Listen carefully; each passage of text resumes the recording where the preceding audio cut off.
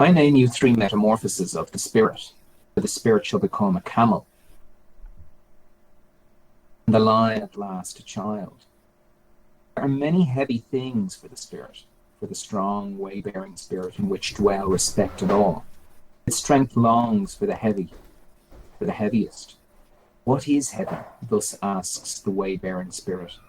Thus it kneels down like a camel, and wants to be way-laden. What is the heaviest thing, you heroes? So asks the way-bearing spirit, that I may take it upon me and rejoice in my strength.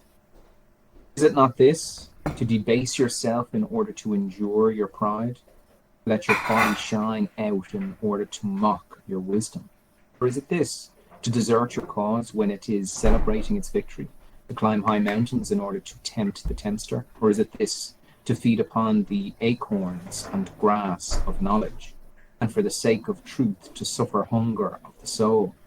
Or is it this, way comforters and make friends with the deaf, who never hear what you ask? Or is it this, to wade into dirty water when it is the water of truth, and not to disdain cold frogs and hot toads? I wrote that one. Love those who despise us, and to offer our hand to the ghost when it wants to frighten us. The way-bearing spirit takes upon itself all these heaviest things, like a camel hurrying laden into the desert, as it hurries into the desert. But in the loneliest desert, the second metamorphosis occurs. The spirit here becomes a lion. It wants to capture freedom and be lord in its own desert. It seeks here its ultimate lord. It will be an enemy to him and to its ultimate god. It will struggle for victory with the great dragon. What is the great dragon which the spirit no longer wants to call Lord and God? The great dragon is called Thou Shalt. The spirit of the lion says, I will. Thou Shalt lies in its path, sparkling with gold, a scale-covered beast. On every scale glitters golden Thou Shalt. Values of 1,000 years glitter on the scales. Thus speaks the mightiest of all dragons. All the values of things glitter on me. All values have already been created, and all created values are in me. Truly, there shall be no more. I will, thus speaks the dragon. My brothers, why is the lion needed in the spirit? Why does the beast of burden that renounces and is reverent not suffice? To create new values, even the lion is incapable of that. But to create itself freedom for new creation, that might of the lion can do. To create freedom for itself, and a sacred no even to duty. The lion is needed for that, my brothers.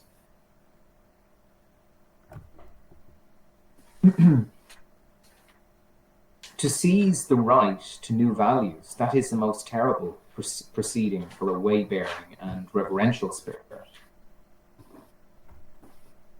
Truly, to this spirit it is a theft and a work for an animal of prey.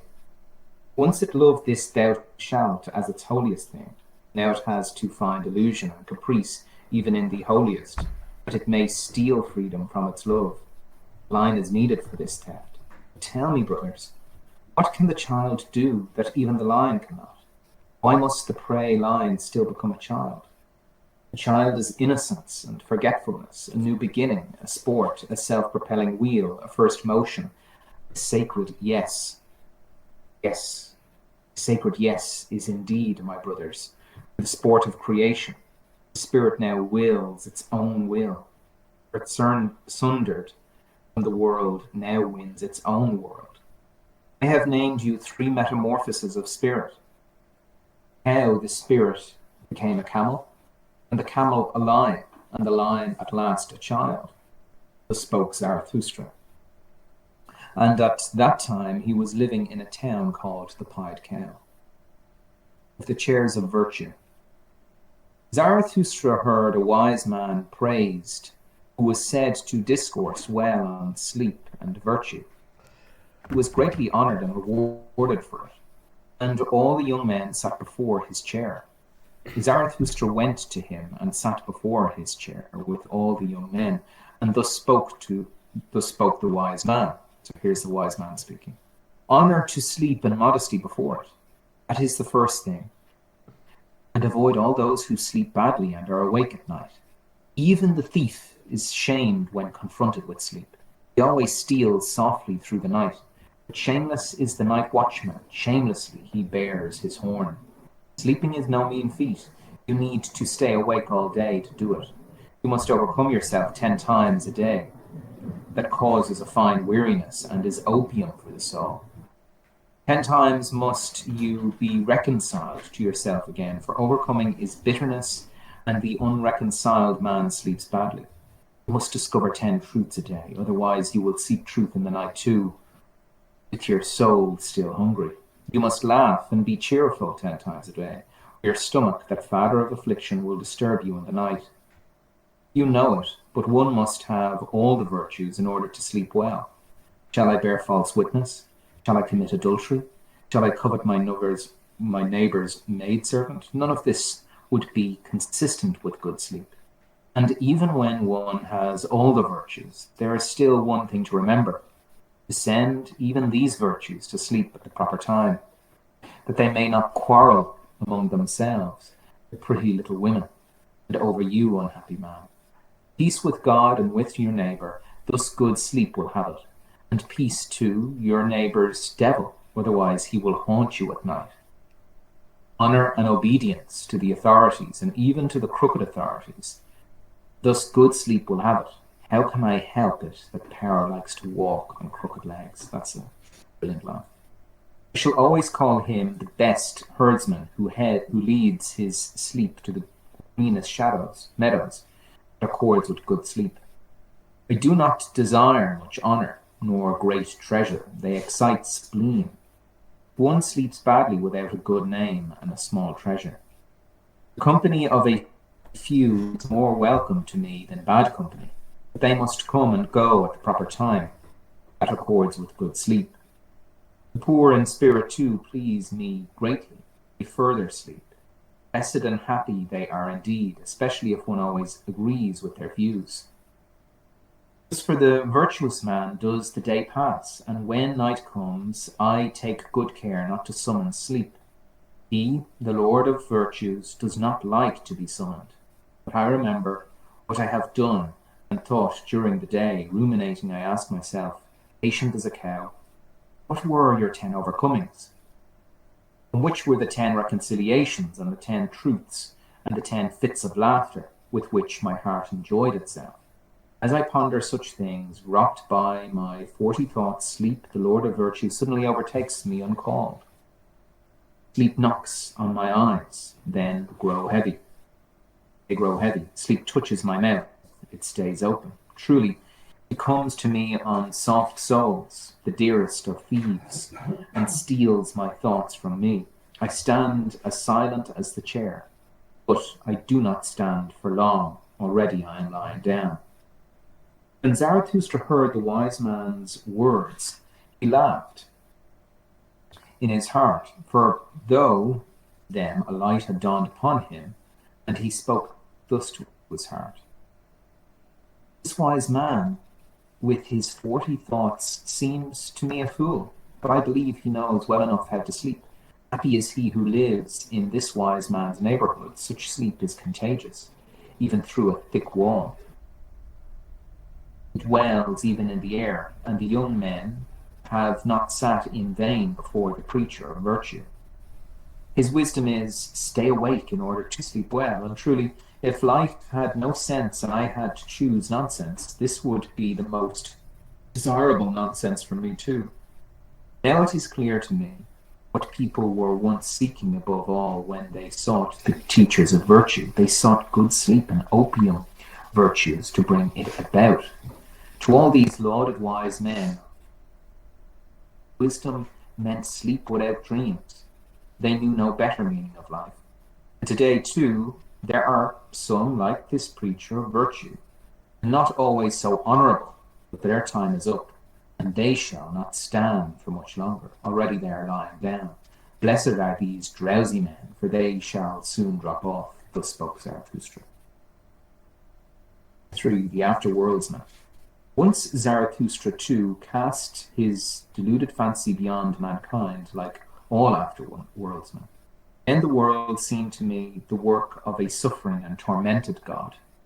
Then the world seemed to me the dream and fiction of a God, coloured vapour before the eyes of a discontented God. Good and evil and joy and sorrow, and I and you. I thought them coloured vapour before the Creator's eyes. The Creator wanted to look away from himself, so he created the world. It is intoxicating joy for the sufferer to look away from his suffering and to forget himself. Intoxicating joy and self-forgetting. That is what I once thought the world. This world, the eternally imperfect, the eternal and imperfect image of a contradiction, an intoxicating joy to its imperfect creator. That is what I once thought the world. Thus I too once cast my deluded fancy beyond mankind, like afterworldsmen, like all afterworldsmen, beyond mankind in reality. Ah, brothers, this God which I created was human work and human madness, like all gods. He was human, and only a poor piece of a man. In the ego, this phantom came to me from my own fire and ashes. That is the truth. It did not come to me from the beyond. What happened, my brothers? I, the sufferer, overcame myself. I carried my own ashes to the mountain. This is what we were talking about last week. I made for myself a brighter flame, and behold, the phantom fled from me. Now to me, the convalescent, it would be suffering and torment to believe in such phantoms. It would be suffering to me now and humiliation. Thus I speak to the afterworldsman. It was suffering and impotence that created all afterworlds, and that brief madness and happiness that only the greatest sufferer experiences. Weariness, which wants to reach the ultimate with a single leap, with a death leap, a poor, ignorant weariness which no longer wants even to want, that created all gods and afterworlds. Believe me, my brothers. It was the body that despaired of the body, that touched the ultimate walls with the fingers of its deluded spirit. Believe me, my brothers. It was the body that despaired of the earth, that heard the belly of the being speak to it. And then it wanted to get its head through the ultimate walls, and not its head only, over into the other world, but that other world, that inhuman, dehumanized world, which is a heavenly nothing, is well hidden from man. And the belly of being does not speak to man except as man. Truly, all being is hard to demonstrate. It is hard to make it speak. Yet tell me, brothers, is not the most wonderful of all things most clearly demonstrated? Yes, this ego, with its contradiction and confusion, speaks most honestly of its being. This creating, willing, evaluating ego, which is the measure and value of things. And this most honest being, the ego, it speaks of the body, and it insists upon the body, even when it fables and fabricates and flutters with broken wings. Ever more honestly it learns to speak, the ego. And the more it learns, the more it finds titles and honours for the body and the earth. My ego taught me a new pride. I teach it to men, no longer to bury the head in the sand of heavenly things, but to carry it freely, an earthly head which creates meaning for the earth. I teach mankind a new will, to desire this path that men have followed blindly, and to call it good and no more to creep aside from it, like the sick and dying. It was the sick and dying who despised the body and the earth and invented the things of heaven and the redeeming drops of blood. But even these sweet and dismal poisons they took from the body and the earth. They wanted to escape from their misery, and the stars were too far for them. And they sighed, oh, if only there were heavenly paths by which to creep into another existence and into happiness. And they contrived for themselves their secret ways and their draughts of blood. Now they thought themselves transported from their bodies and from this earth, these integrates, these ingrates. Yet to what do they owe the convulsion and joy of their transport? To their bodies and to this earth. Zarathustra is gentle with the sick. Truly, he is not angry at their manner of consolation and ingratitude. May they become convalescents and overcomers and make for themselves a higher body. Neither is Zarathustra angry with the convalescent if he glances tenderly at his illusions and creeps at midnight around the grave of his God, but even his tears still speak to me of sickness and a sick body. There have always been many sickly people among those who invent fables and long for God. They have a raging hate for the enlightened man and for the youngest of virtues, which is called honesty. They are always looking back to dark ages then. Indeed, illusion and faith were a different question. Raving of the reason was likeness to God, and doubt was sin. I know these godlike people all too well. They want to believe, they want to be believed in, and doubt to be sin. I also know all too well what it is they themselves most firmly believe in. Truly, not in afterworlds and redeeming drops of blood. They believe most firmly in the body, and their own body is for them their thing in itself. But it is a sickly thing to them, and they would dearly like to get out of their skins. That is why they hearken to preachers of death and themselves preach afterworlds. Listen, rather, my brothers, to the voice of the healthy body. This is a purer voice and a more honest one. Purer and more honest of speech is the healthy body, perfect and square built, and it speaks of the meaning of the earth.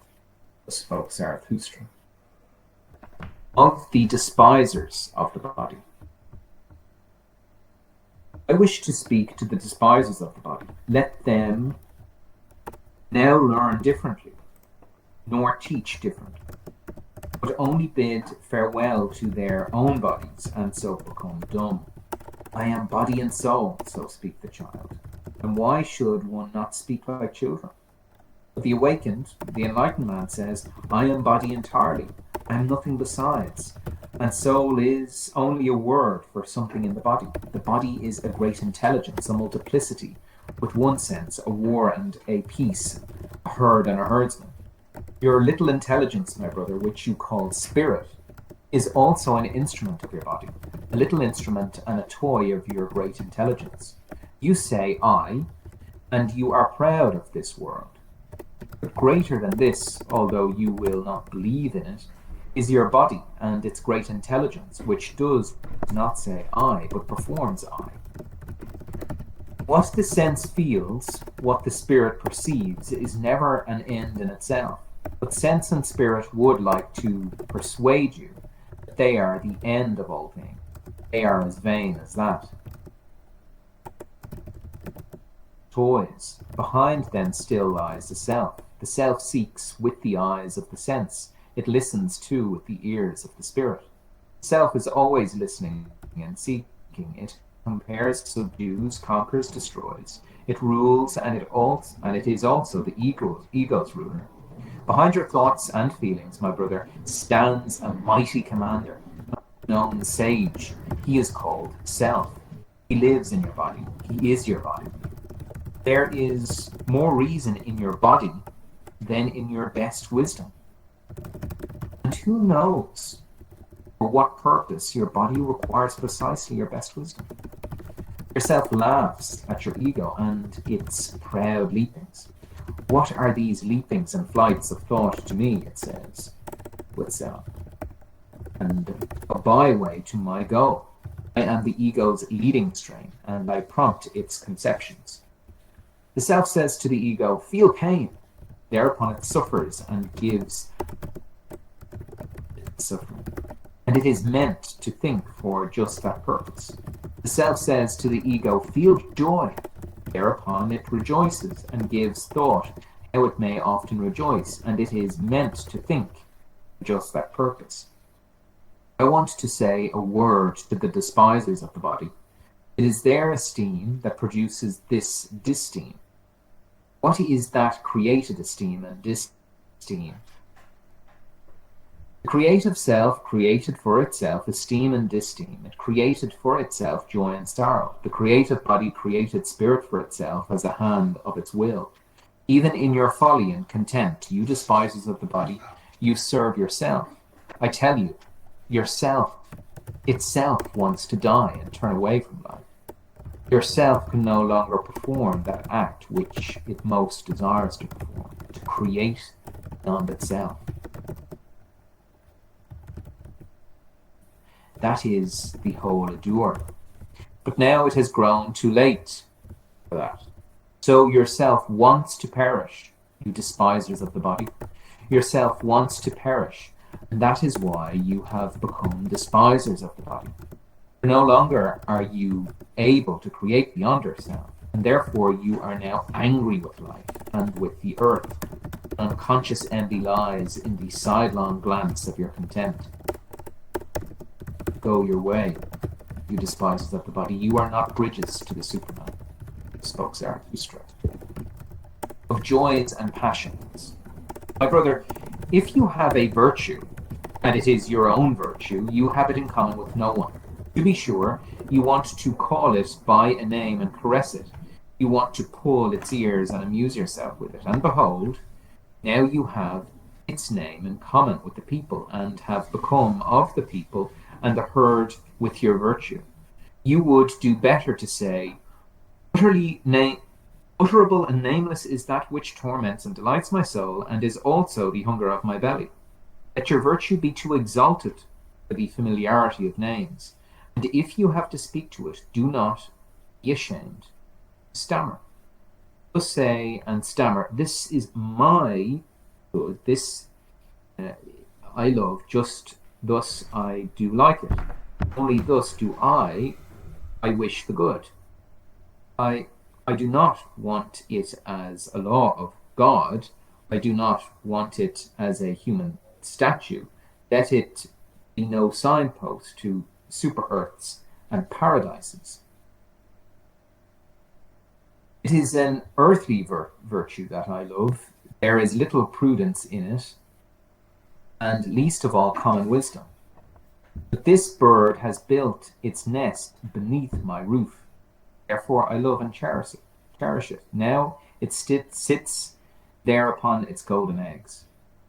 Thus should your stammer and praise you virtue. Once you had passions and called them evil, but now you have only your virtues. They grew from out your passions. You laid your highest aim in the heart of these passions, and they became your virtues and joys.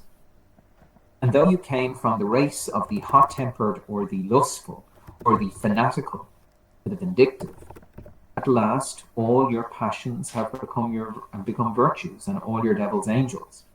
Once you had fierce dogs in your cellar, but they changed at last into birds and sweet singers.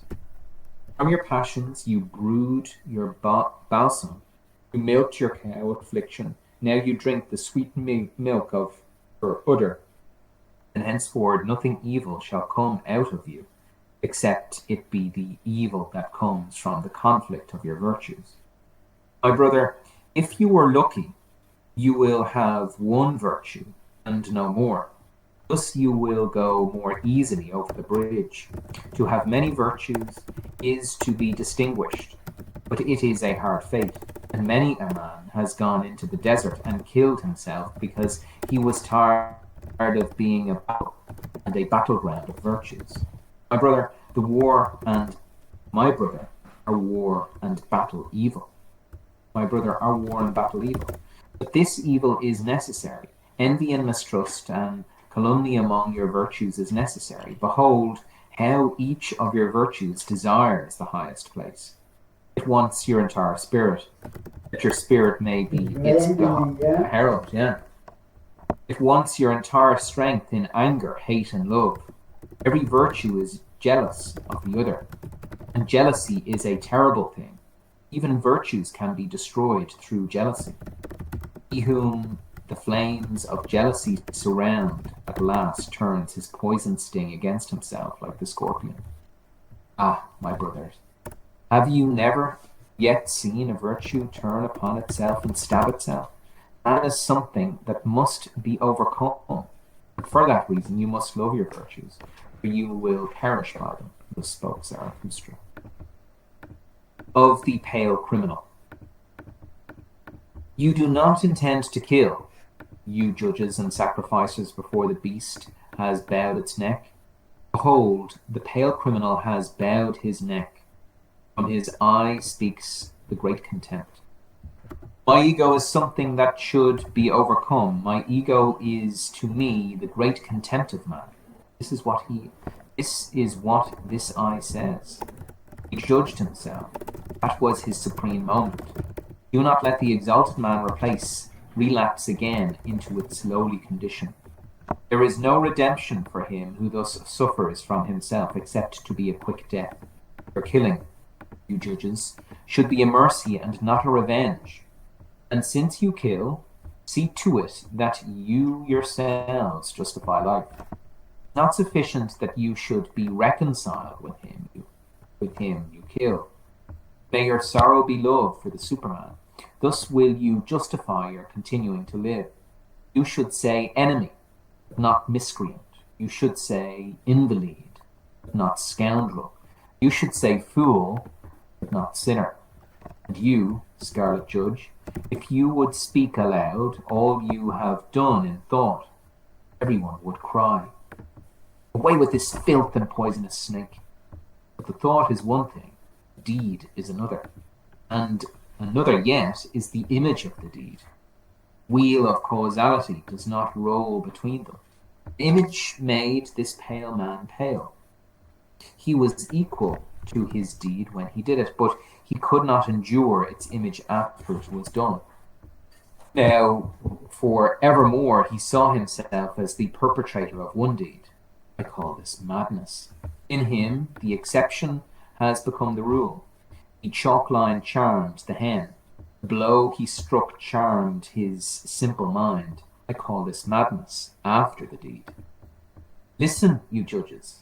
There is another madness as well, and it comes before the deed. Ah, you have not crept deep enough into your soul, says the Scarlet Judge. Why did this criminal murder? He wanted to steal. But I tell you, his soul wanted blood, not booty. He thirsted for the joy of the knife. But his simple mind did not understand this madness, and it persuaded him otherwise. What is the good of blood? He said. Will you not at least commit a theft too?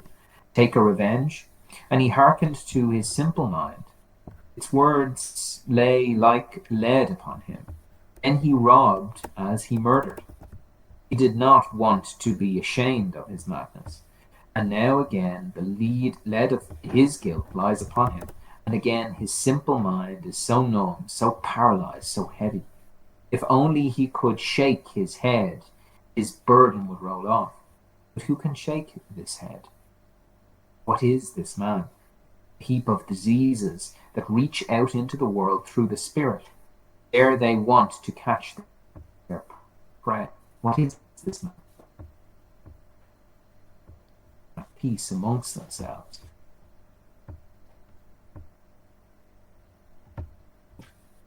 Behold this poor body, this poor soul interpreted to itself what this body suffered and desired.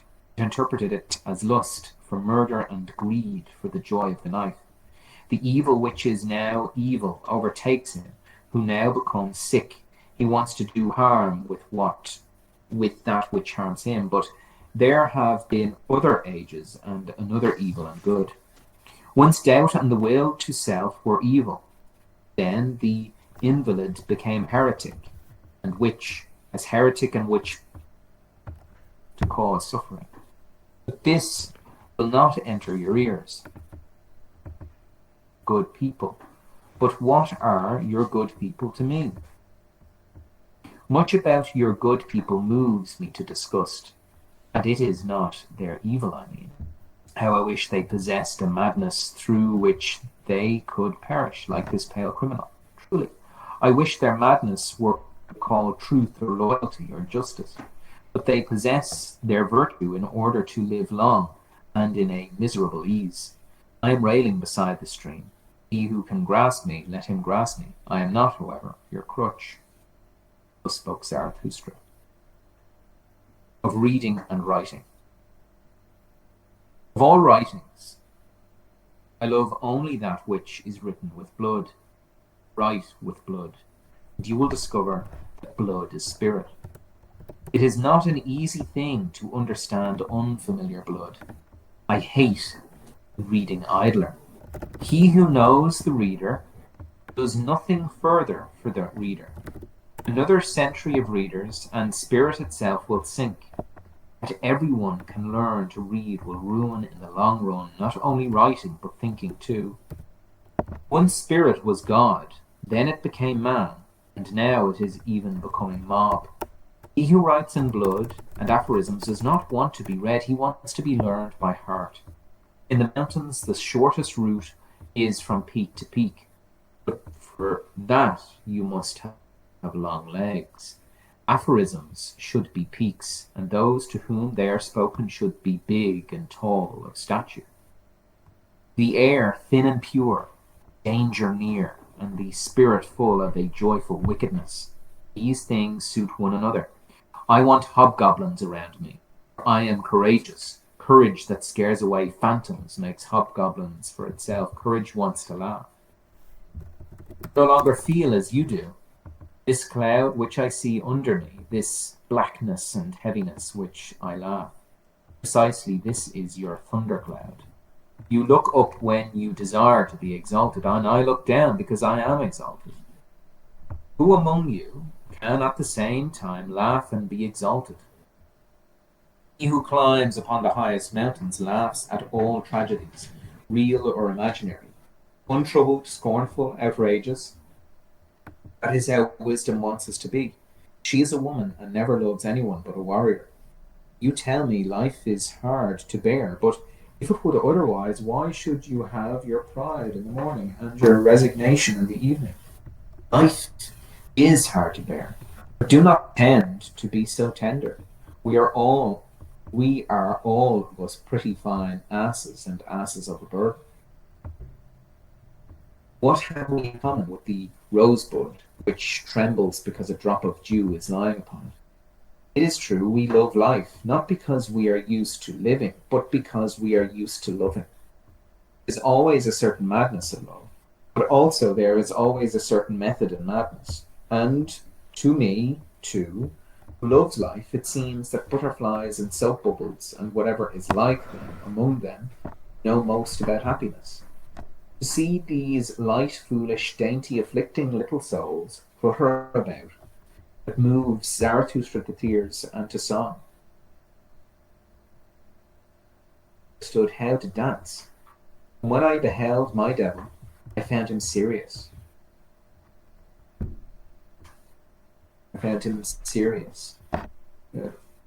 Thorough, profound, solemn. It was the spirit of gravity. Through him all things are ruined. One does not kill by anger, but by laughter. Come, let us kill the spirit of gravity. I have learned to walk. Since then I have run. I have learned to fly. Since then I do not have to be pushed in order to move. Now I am nimble. Now I fly. Now I see myself under myself. Now a god dances with me. Thus spoke Zarathustra. Of the tree on the mountainside. Let's check the contents to see how we're getting along.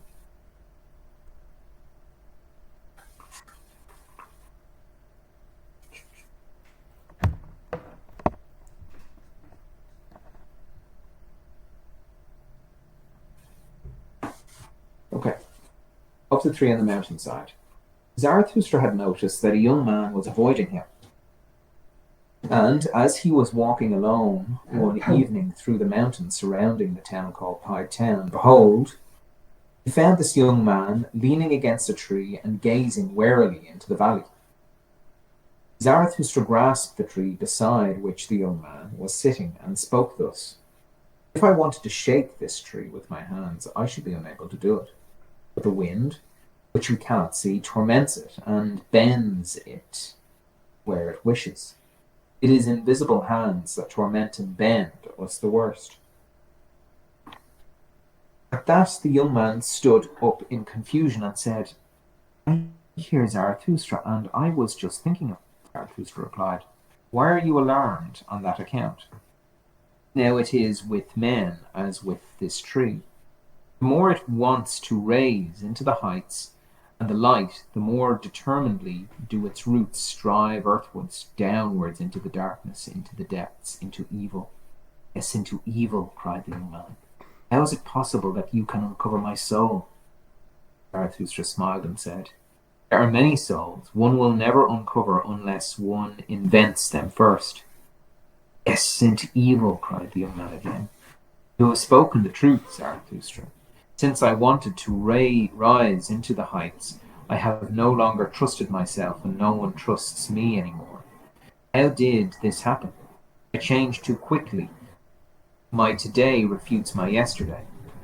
When I ascend, I often jump over steps, and no step forgives me that. When I am aloft, I always find myself alone. No one speaks to me. The frost of solitude makes me tremble. What do I want in the heights? My contempt and my desire increase together. The higher I climb, the more do I despise him who climbs. What do I want in these heights? How ashamed I am of my climbing and stumbling. How I scorn my violent panting. How I hate the man who can fly. How weary I am in my heights.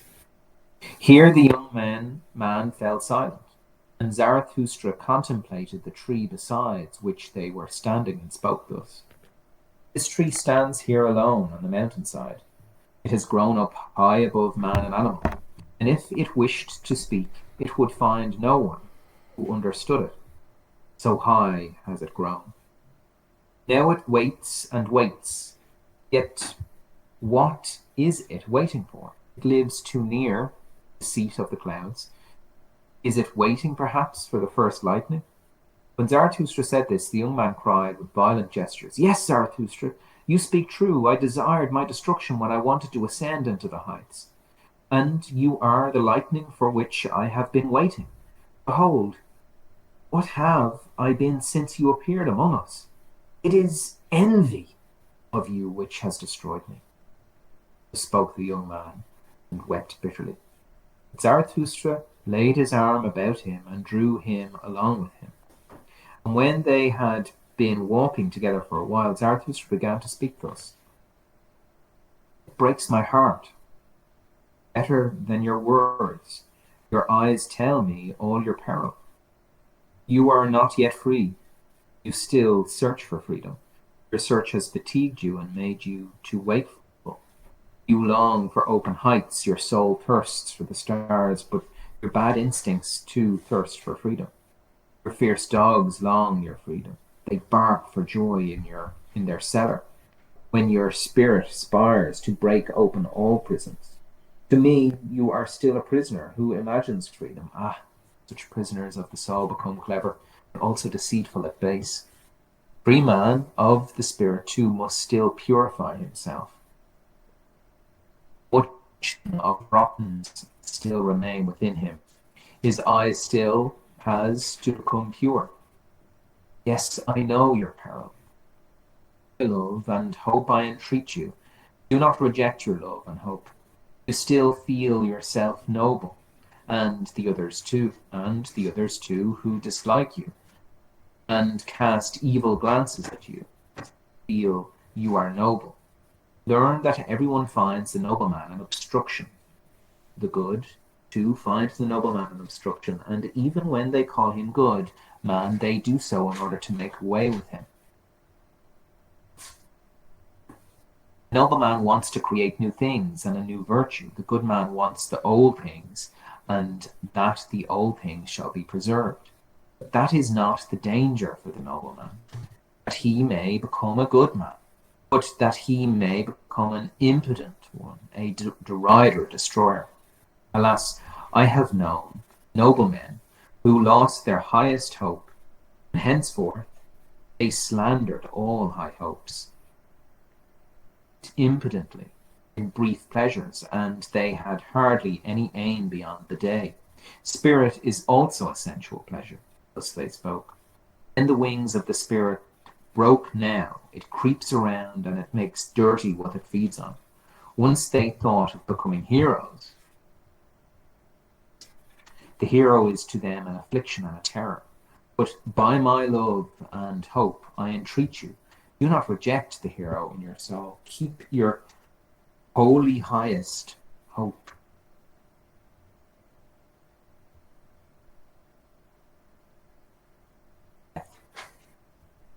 There are preachers of death, and the earth is full of those to whom departure preached. The earth is full of the superfluous. Life has been corrupted by the many too many. By eternal life out of this life. Yellow men or black men, of death are called. But I want to show them to you in other colours. There are the dreadful creatures who carry a beast of prey around with them and have no choice except lust or self-mortification. Self-mortification. They have not yet even become men, these dreadful creatures. Departure from life and depart themselves. There are the consumptives of the soul. They are hardly born before they begin to die and to long for doctrines of weariness and renunciation. They would like to be dead, and we should approve their wish. Let us guard against awakening these dead men and damaging these living coffins. They encounter an invalid, or an old man, or a corpse, and straightway they say, life is refuted. But only they are refuted. They and their eye that sees only one aspect of existence. Muffled in deep depression and longing for the little accidents that bring about death, thus they wait and clench their teeth, for they snatch at sweets, and in doing so they so mock their childishness. They cling to their straw of life and mock that they are still clinging to a straw.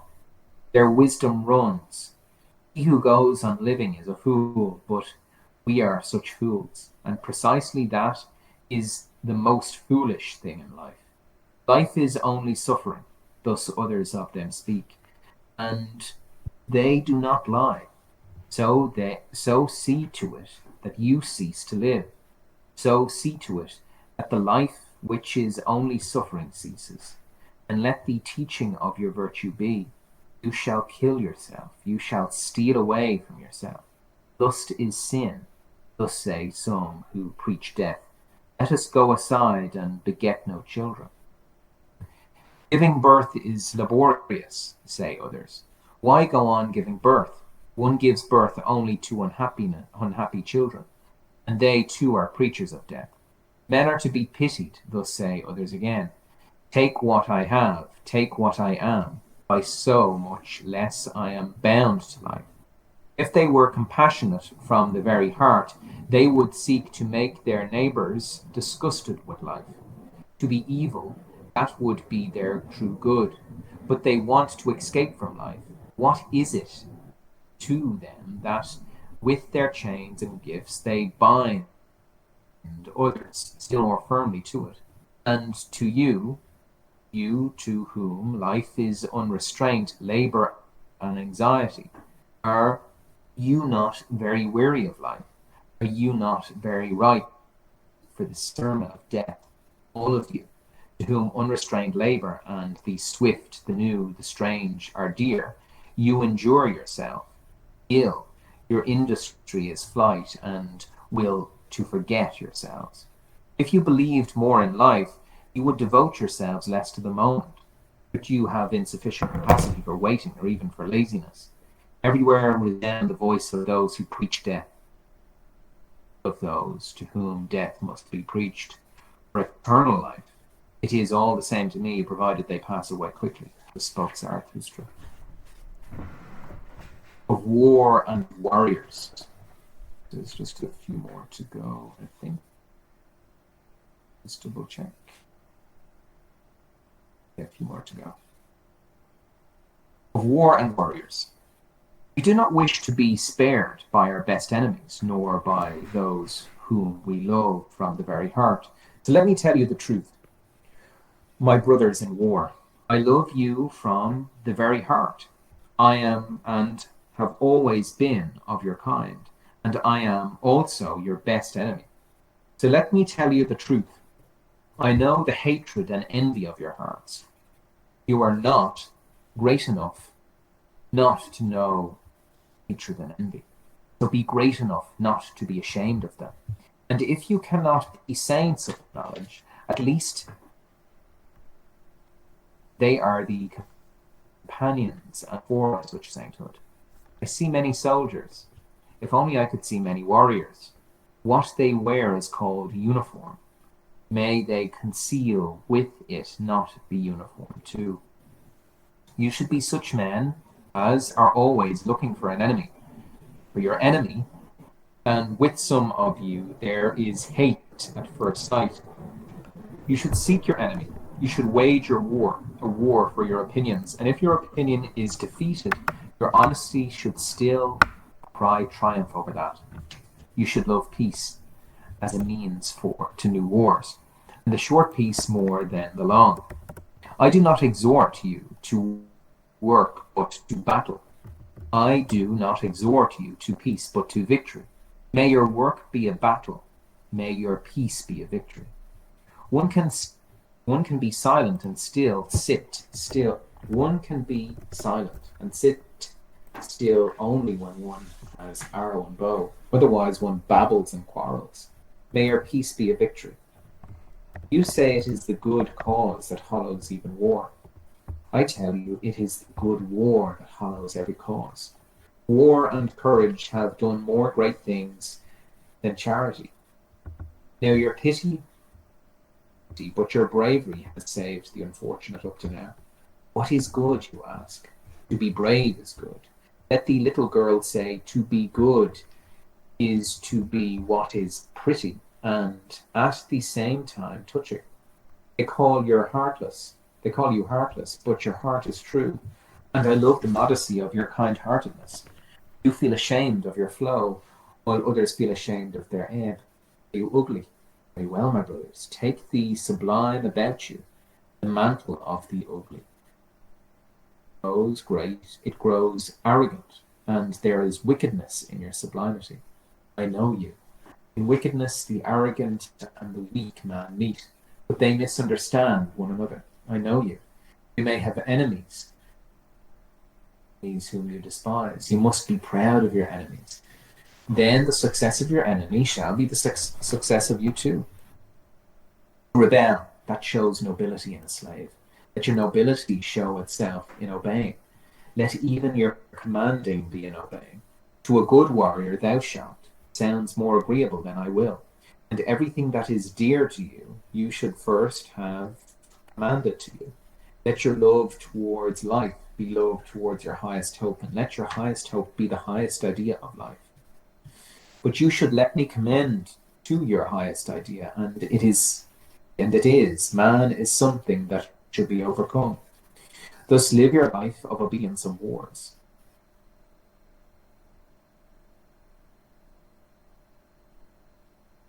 Spare you. I love you from the very heart, my brothers in war. A new idol. There are still peoples and herds somewhere, but not with us, my brothers. Here there are states. The state. Now open your ears. Now I shall speak to you of the death of people. The state is the coldest of all cold monsters. Coldly it lies too, and this lie creeps from its mouth. I, the state, and the people. It is a lie. It was creators who created peoples, and hung a faith and a love over them. Thus they serve life. It is destroyers who set snares for many and call it the state. They hang a sword and 100 desires over them. Where a people still exist, There the people do not understand the state and hate it as the evil eye and sin against custom and law. I offer you this sign. Speaks its own language of good and evil. Its neighbour does not understand this language, itself and custom and law. But the state lies in all languages of good and evil, and whatever it says, it lies. It has stolen. Everything about it is false. It bites with stolen teeth. Even its belly is false. Confusion of the language of good and evil. I offer you the sign as the sign of the state. Truly this sign indicates the will to death. Truly, it beckons to the preachers of death. Many too many are born. The state was invented for the superfluous. Just see how it lures them, many too many, how it devours them, how it chews them and re-chews them. There is nothing greater on earth than I, the regulating finger of God, thus the monster bellows. And not only the long-eared and short-sighted sink to their teeth, to their knees. It whispers its dismal lies to you, great souls. It divines the abundant hearts that like to squander themselves. Yes, it divines you too, you conquerors of the old God. You grew weary in battle, and now your weariness serves the new idol. It would like to range heroes and honourable men about it, this new idol. It likes to sun itself in the sunshine of good conscience, this cold monster. If you worship it, this new idol, thus it buys for itself the lustre of your virtues and the glance of your proud eyes. It wants to use you to lure the many to many. Yes, a cunning device of hell has been here devised, a horse of death jingling with the trappings of divine honours. Yes, a death for many has here been devised that glorifies itself as life. Truly, a heartfelt service to all preachers of death. I call it the state where everyone, good and bad, is a poison drinker. The state where everyone, good and bad, loses himself. The state where universal slow suicide is called life. Just look at these superfluous people. They steal for themselves the workers of inventors and the treasures of the wise. They call their theft culture, and they turn everything into sickness and to calamity. Just look at these superfluous people. They are always ill. They vomit their bile and they call it newspaper. They devour one another and not even digest themselves. Just look at these superfluous people. They acquire wealth and make themselves poor with it. They desire power, and especially the lever of power, plenty of money. These impotent people. See them clamour, these nimble apes. They clamour over one another and so scuffle into the mud and the abyss. They all strive towards the throne. It is a madness they have. As if happiness sat upon that throne. Often filth sits upon that throne, and often the throne upon it filth too. They all seem madmen to me, and clamouring apes, and too vehement. Their idol, that cold monster, smells unpleasant to me. All these indolators smell unpleasant to me. My brothers, do you then want to suffocate the fumes of their animal mouths and appetites? Right. Better to break the window and leap into the open air. Avoid this bad odour. Leave the idolatry to the superfluous. Avoid this bad odour. Leave the smoke of these human sacrifices. The earth still remains free for great souls. Many places, the odour of tranquil seas blowing about them are still empty for solitaries and solitary couples. Free life still remains for great souls. Truly, he who possesses little is so much more or less possessed, praised to be a moderate poverty. Only there, where the state ceases, does the man who is not superfluous begin. Does the song of the necessary man, the unique and irreplaceable melody begin. There, where the state ceases, look there, my brothers. Do you not see it? The rainbow and the bridges of the Superman? Okay. So we'll read the last one. The flies. Yeah. The flies of the marketplace. Flee, my friend, into your solitude. I see you deafened by the uproar of the great men and pricked by the stings of the small one. Forest and rock know well how to be silent with you. Be like the tree again, the wide branching tree that you love. Calmly and attentively it leans out over the sea. Where solitude ceases, there the marketplace begins, and where the marketplace begins, there begins the uproar of the great actors and the buzzing of the poisonous flies. In the world, even the best things are worthless apart from him who first presents them. People call these presenters great men. The people have little idea of greatness, that is to say, creativeness, but they have a taste for all presenters and actors of great things. The world revolves around the inventors of a new values. Imperceptibly it revolves. But the people and the glory revolve around the actor. That is the way of the world. The actor possesses spirit, but little conscience of the spirit. He always believes in that which he most powerfully produces belief. Produces belief in himself. Tomorrow he will have a new faith, and the day after tomorrow a newer one. He has a quick perception, as the people have, and a capricious temperament. To overthrow, to him, that means to prove. To drive frantic, to him means to convince. And blood is to him the best of all arguments. The truth that penetrates only sensitive ears, he calls a lie and a thing of nothing. Truly he believes only in gods who make a great noise in the world. The marketplace is full of solemn buffoons, and the people boast of their great men. These are their heroes of the hour, but the hour presses them, so they press you. They require a yes or a no. You want to set your chair between for and against. Do not be jealous, lovers of truth, because of these inflexible and oppressive men. Truth has never yet clung to the arm of an inflexible man. Return to your security because of these abrupt men. Is one assailed with yes or no?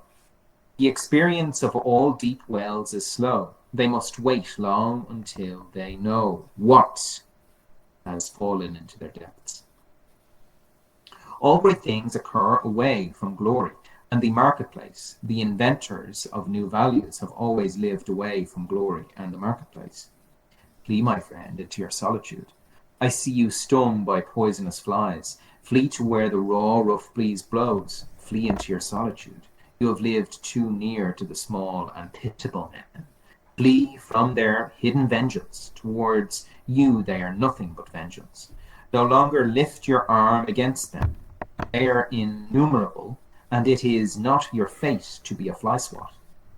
Innumerable are these small and pitiable men, and raindrops and weeds have already brought about the destruction of many a proud building. You are no stone, but already these many drops have made you hollow. You will yet break and burst apart through these many drops. I see you wearied by poisonous flies. I see you boldly torn in 100 places, and your pride refuses even to be angry. They want blood from you in all innocence. Their bloodless soul thirsts for blood, and therefore they sting in all innocence. But you, found man, you suffer too profoundly even from small wounds, and before you have recovered, the same poison worm is again crawling over your hand. You are too proud to kill these sweet-toothed creatures. But take care that it does not become your fate to bear all their poisonous injustice. They buzz around you, even with their praise, and their praise is then opportunity. Opportunity. Your skin and your blood. They flatter you as if you were a god and a devil. Sorry, that's my granddad. They whine before you as before a good or a devil. Of it, they are flatterers and whiners and nothing more, and they are often kind to you. But that has always been a prudence and a cowardly. Yes, the cowardly are prudent, They think about you a great deal with their narrow souls. You're always suspicious to them. Everything that is thought about a great deal is finally thought suspicious. They punish you for all your virtues. Fundamentally, they forgive you only your mistakes. That you say, they are not to be blamed for their little existence. But their little souls think all great existence is blameworthy. Even when you are gentle towards them, they still feel you despise them, and they return your kindness with secret unkindness. Your silent pride always... I know. Your silent pride always offends their tastes. They rejoice if you are ever modest enough to be vain. When we recognize a peculiarity in a man who always inflames that peculiarity, so guard yourself against a small man. Before you, they feel themselves small, and their baseness glimmers and glows against you in hidden vengeance. Have you not noticed how often they became silent when you approached them, and how their strength left them like smoke from a dying fire? Yes, my friend, neighbor, for they are unworthy of you. Thus they hate you, and would dearly like to suck your blood. Your neighbours will always be poisonous flies. That about you which is great, that itself must make them poisonous and evermore fly-like. Flee, my friend, into your solitude, and to be where the raw rough to be a fly swat. Thus spoke Zarathustra. So there you go.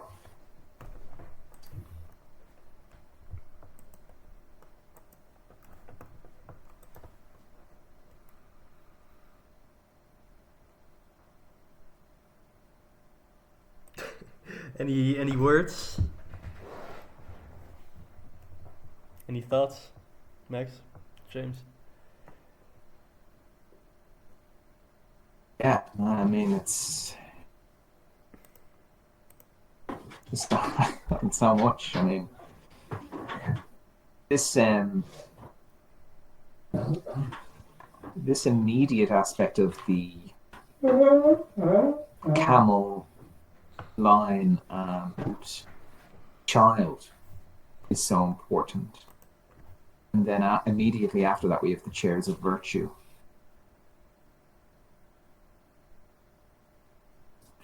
Chairs of virtue is about the wise man sleeping. Right. And then we have this after worldsman. And then we go into the spires of the body. So if we look at the three metamorphoses are the three attitudes, you could even say, reason that the philosopher should have. He should be somebody who's willing to carry. Yeah. Then he should be courageous. But then he shouldn't let that weight that he has carried, he should try and... I often think to be a man is to just carry the weight and not to let it poison you in a sense. Yeah, I think. But then if I can just chip in yeah? here, I think Nietzsche says that you have to write with blood, and he says that blood is spirit. And what you just said, like if we equate the camel with Hegel's reason in the phenomenology of spirit, we can see that it's not yet spirit. It doesn't know how to write in its blood and how to pour its heart out. No. It was when we were talking last week about advice that I got from a friend where, if you were to write a book, and you were to die in 6 months, what book would you write? But that type of book, that sort of honesty and playfulness and naivety and innocence of not what's going to come around the corner, that's what a book that a child would write. A child would write the most politically incorrect book because it doesn't even know what somebody's going to get out to it about. And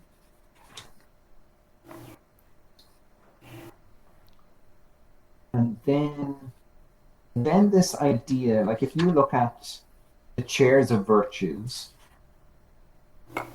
if you look at the despisers of the body, like this idea of sort of self-denial, repression, and self-hatred is the sort of fundamental aspect that he's addressing in all of these aphorisms. Yeah, it's too. I believe it was like the. It's so interesting to. It's so Freudian. That Nietzsche always oscillates. He's always oscillating, and he just doesn't stay at one thing for 50 pages and works it out. So this particular aspect, which let me just get my notes.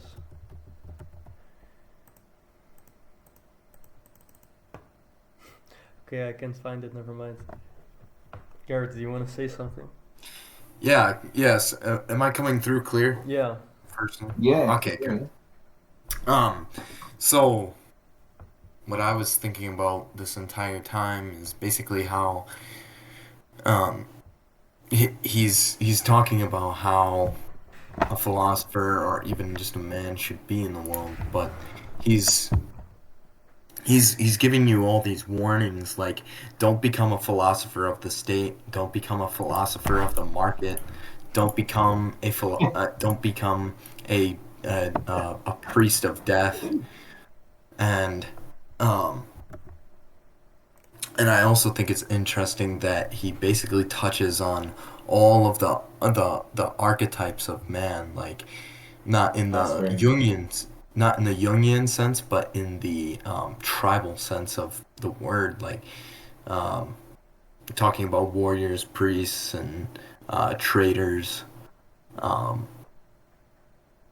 So, yeah. Why do you think it's not in a Jungian sense? What's the difference? I think I don't see Nietzsche necessarily as a mystic. I think he's much more Freudian than Jungian. And so can you delve more into that, because that's very interesting. Okay, like, would you see? Would it be? Go on, yeah, you find it.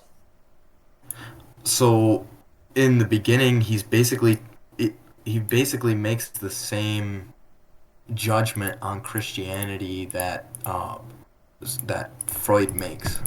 Let me go in here.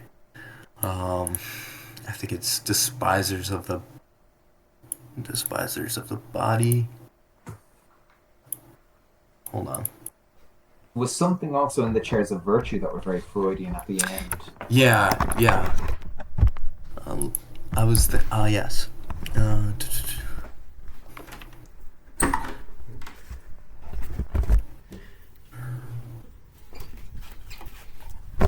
But I think he makes like he makes like he makes a point about like the body and how it's tied with like you could see it I think in a sexual way, like he's tying how these people who despise their body want to go to heaven, and how their ideal of heaven is actually a a hatred of the earth right here, right now. And I think Freud made very similar critiques of Christianity. So in that way, I think he's much closer to Freud, and how that ties into like the archetypes is, you know, I think Nietzsche would sort of say priests are very easily manipulated into becoming either priests of the state or priests of the marketplace, rather than preachers of the overman. Because what the priest does is he talks to the superfluous, the many, and he sort of takes their he takes on their pain, um, and has to use it for some sort of power sake. So that's why I think like um, Nietzsche and Freud are much closer connected in that way. And then Yeah, what about Jung? well, I don't know about Jung. I haven't read him, but this, in regards to the self-hatred, he explicitly says that the anger with life comes from not being able to create beyond oneself, and those who are, the little man, he's talking about the last man, the superfluous, they're all in this. They all have this resentment, and therefore they are not bridges to the overman. Yeah. So you asked about Jung before. I think Jung is closer, like to a Platonic like other world than Freud is. I think in Jung's archetypology, it's like they're like Plato's forms. But I can't really speak too hard on Jung because I haven't thoroughly read him. But that is what my instinctual reading of like his archetypes is. This is very great. I think you're seriously onto something, Gareth, because yeah, I think it would fit even onto the Apollyon and Dionysian divide that Nietzsche Oh, draws in the absolutely. birth tragedy. Um, so that there's a sort of materialism, there's a polarization within metaphysics and philosophy itself of a materialism versus an idealism.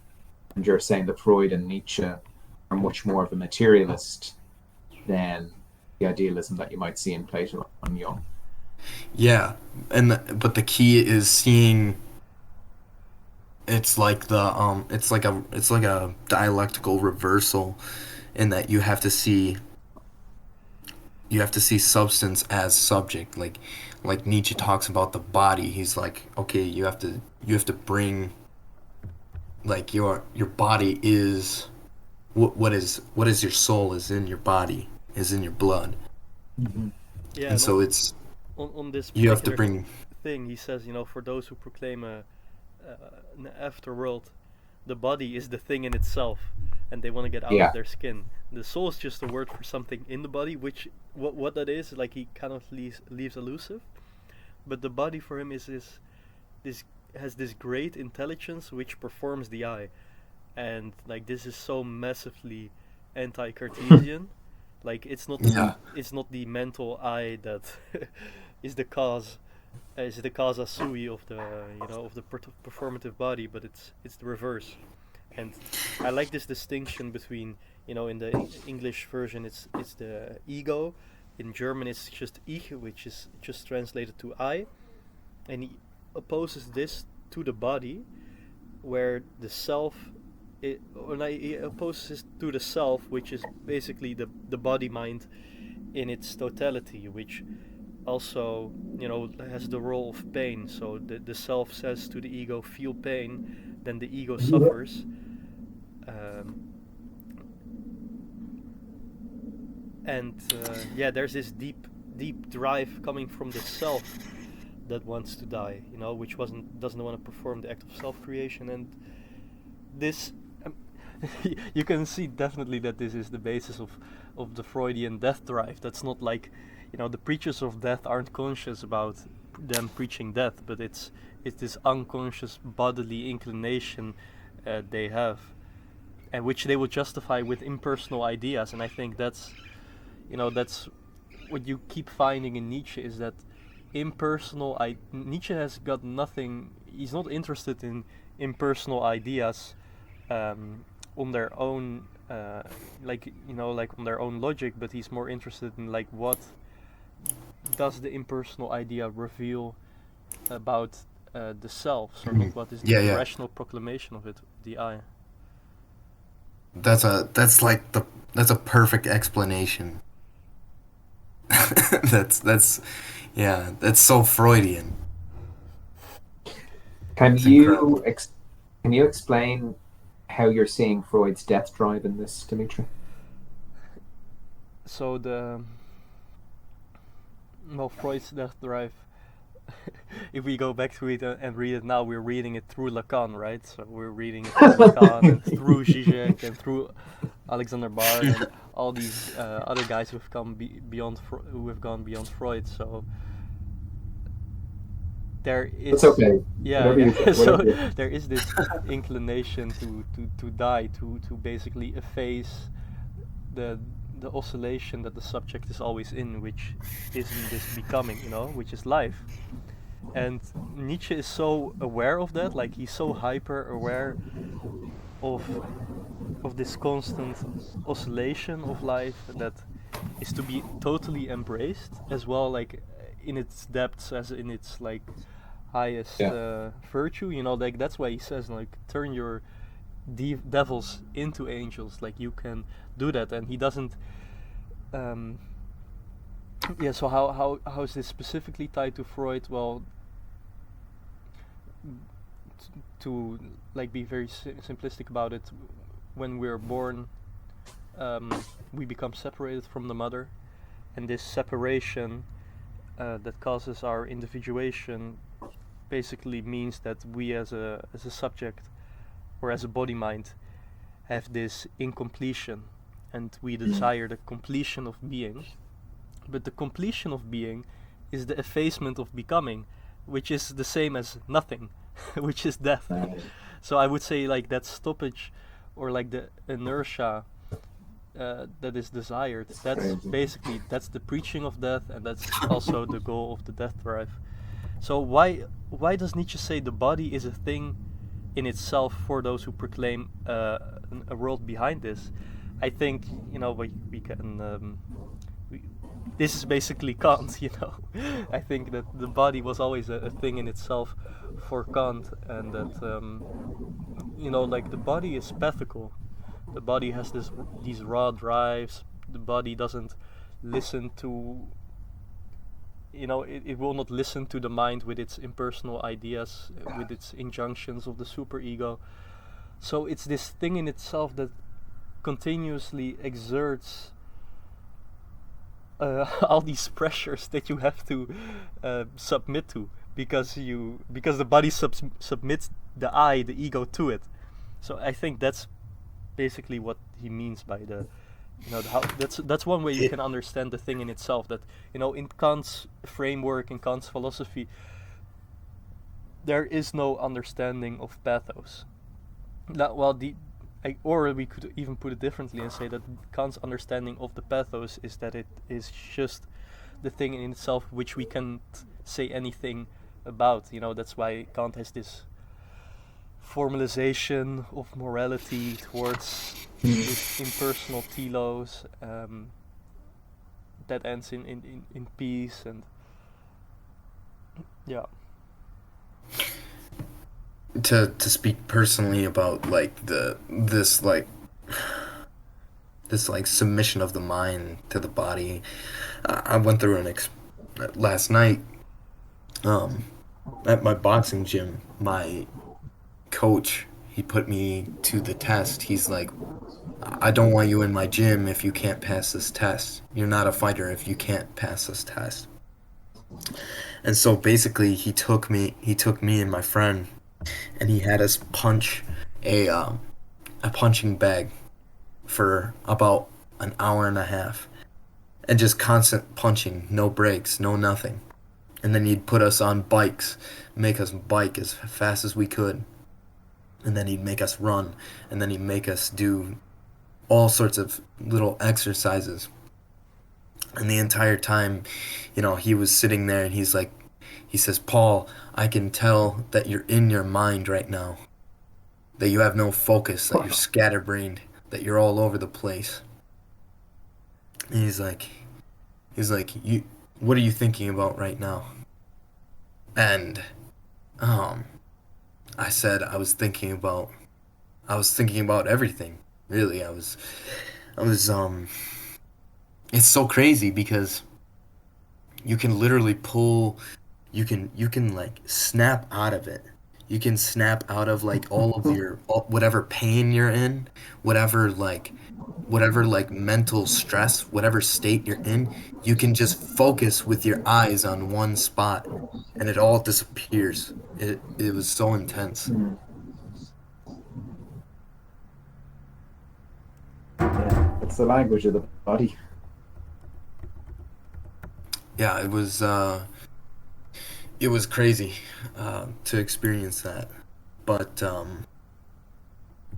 yeah, no. This first part of Thus Spake Zarathustra is like my favorite, I think. Like the first part here. Um, Yeah. and especially when he starts talking about the state.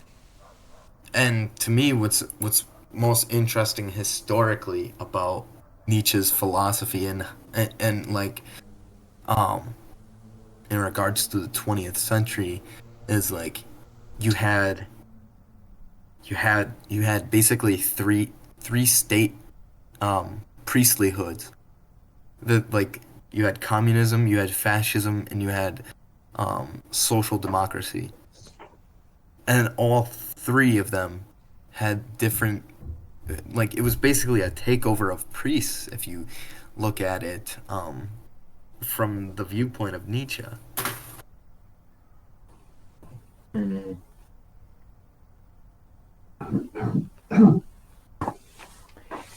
Yeah, well, I mean, what you were saying there last time about the priest talks to the many and takes their pain and has to do something with that power, that fits exactly onto what he's talking about in the genealogy.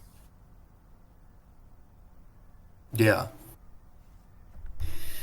yeah. I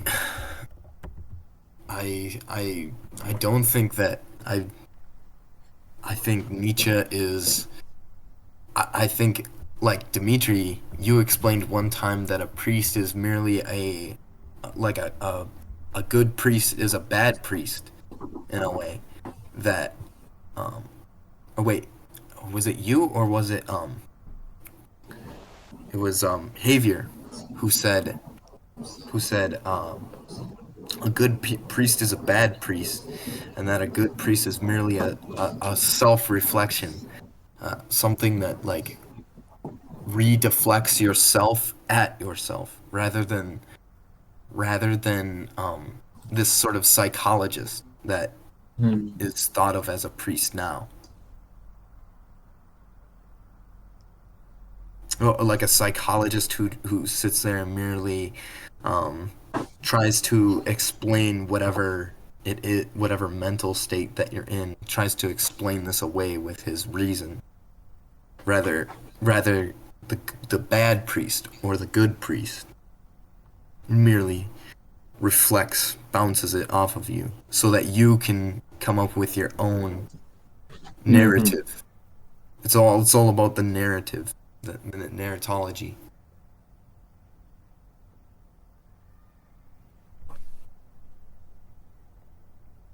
Yeah, one thing that is interesting about these wise men is that my roommate listens to this podcast called the Alan Watts Sleepcast, and of course, in the first part, Nietzsche talks about how the wise man struggles to dream awake, and something akin to like he makes people have this good sleep, which is another question. Like what is Nietzsche talking about when he's talking about sleep in this first part? But Alan Watts is of course a monist, so and I think Nietzsche is definitely not a monist. Like from my understanding of this, like okay, there's different ways you can divide the history of philosophy. You can see it as a like between materialism and idealism, or between Hmm. dualism and monism.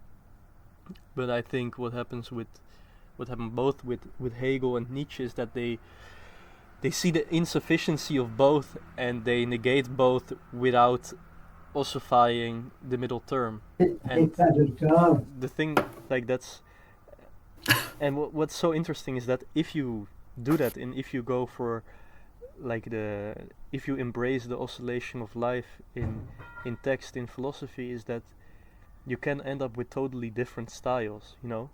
Like Hegel had a totally different style than Nietzsche, and Nietzsche said, you know, I distrust all systematizers, because in my understanding, a systematizer doesn't go from its own bodily intuition, but tries to cover over the split with the use of reason.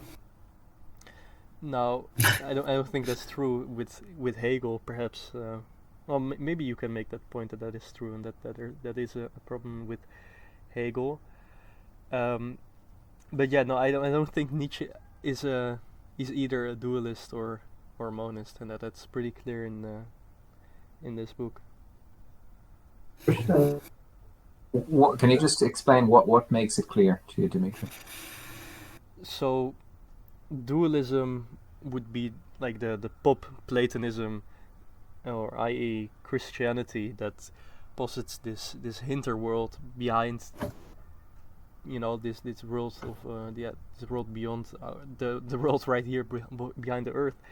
And monism would be the would be the wise man proclaiming the beauty of the idea that all is one, you know, that underneath our distinguishing of concepts there's just one world, and that you and me are in fact not separated. We are only separated because we have these illusions about being separated, but underneath is just this oneness. And you know, like so dualism is about, you know, two, which Nietzsche negates, and monism is about one, which Nietzsche negates. And what you're left with is, I think you're left with lack and excess.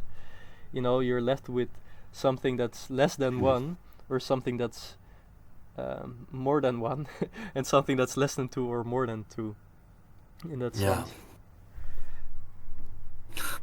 Because, you know, like that's that like the writing style of Nietzsche is so idiosyncratic, and you know, the emotionality of it all, like,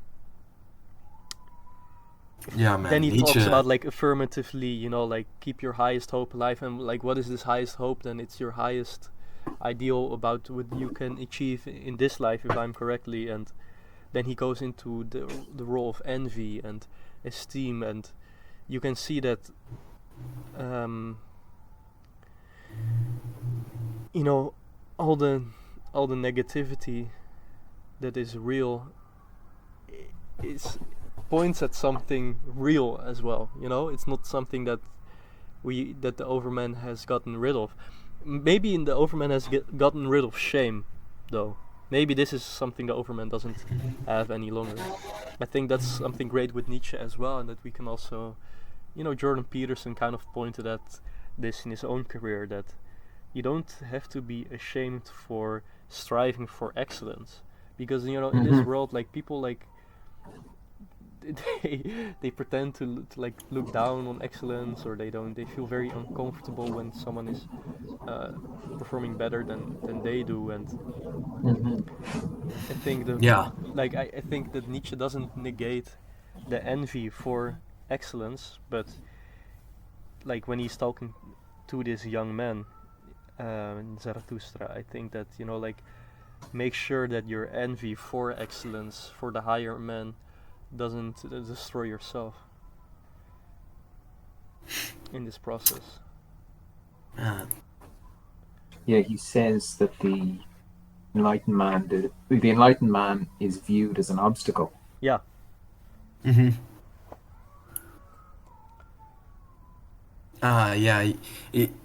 You can really see how that it's you can see this in like pop, like, culture and like sports and stuff. Like the guy who always wins and just like cuts through life is just hated. Just the guy who wins all the time will be hated. He will be seen as a complete. He'll be seen as an enemy. Yeah. Yeah. It's just a reflection. People are just jealous. I mean, this is And one point about this, like the I'm paraphrasing here, but he says something akin to that the state is the coldest of monsters. So Mm. we could like dig a bit deeper into that and look at what are political ideologies and Yeah. political organizations, and I think that Nietzsche is really there's something deeply true about the coldness of matters regarding the state, Yeah. and that you cannot reduce your your life affirming you cannot have a life affirming identity if it's related back to the political realm and your political identity and whatever you're striving for in that sense. I mean, There's think this about necessary distance in it. think about the type of energy that the state captures, though. You know what I mean? Like,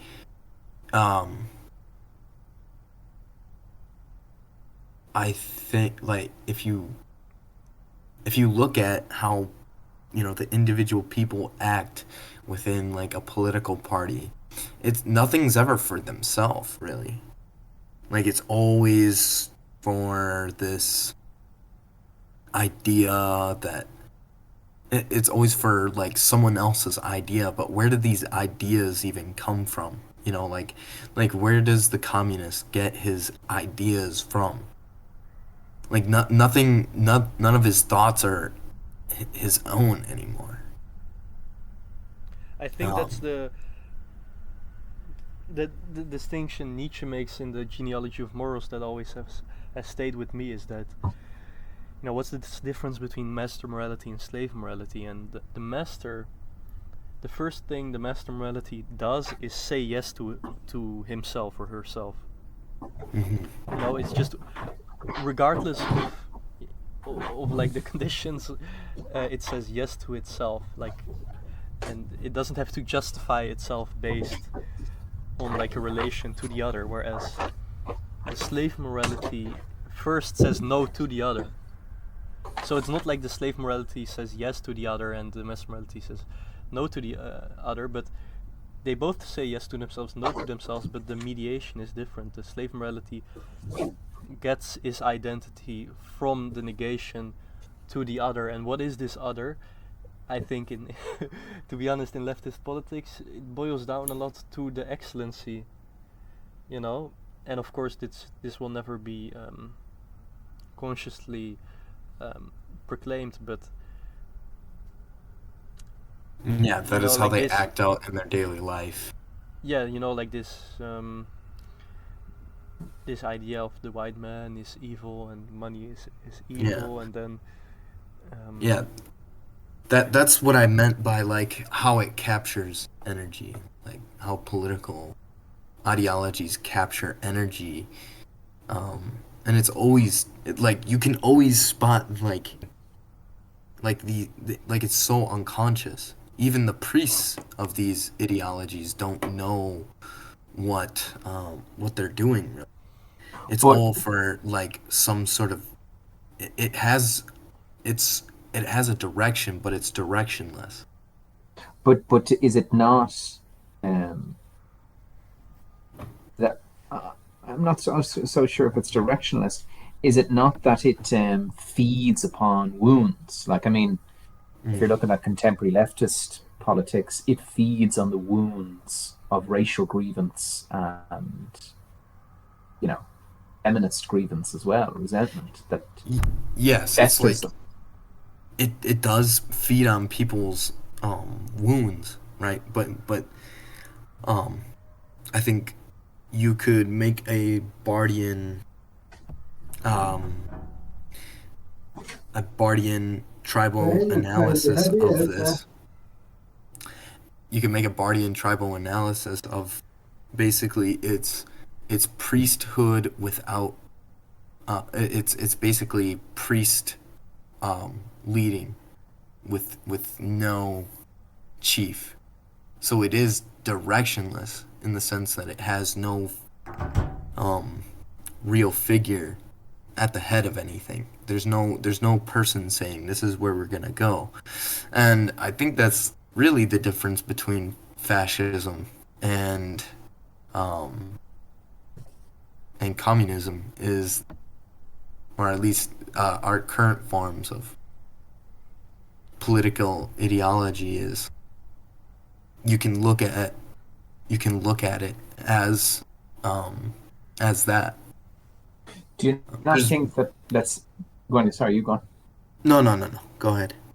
Do you not think that someone like Judith Butler or Martine Rothblatt, the trans vision, you can see this in the aesthetics of Arca, where the body, this is actually very interesting compared to what we're talking about now at Nietzsche and the body itself, identity itself.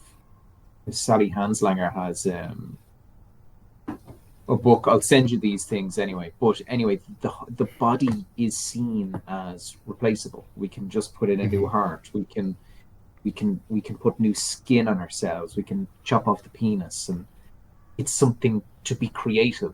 In her book, From Transgender to Transhumanism, Martine Rothblatt redefines human ontology from Homo sapiens to Homo creatus. It's a technological. This ontology is only possible realm of technological civilization. But I mean that is a vision, though, no? But I would say that, like, the difference between what I'm talking about, as in direction, as in, it's not like a real project. They're just basically utilizing the outputs of technological civilization to basically get rid of their bodily resentment in a way. Like this is also hatred of the body. Like want to completely transform, and basically you view yourself at this point like a plastic doll.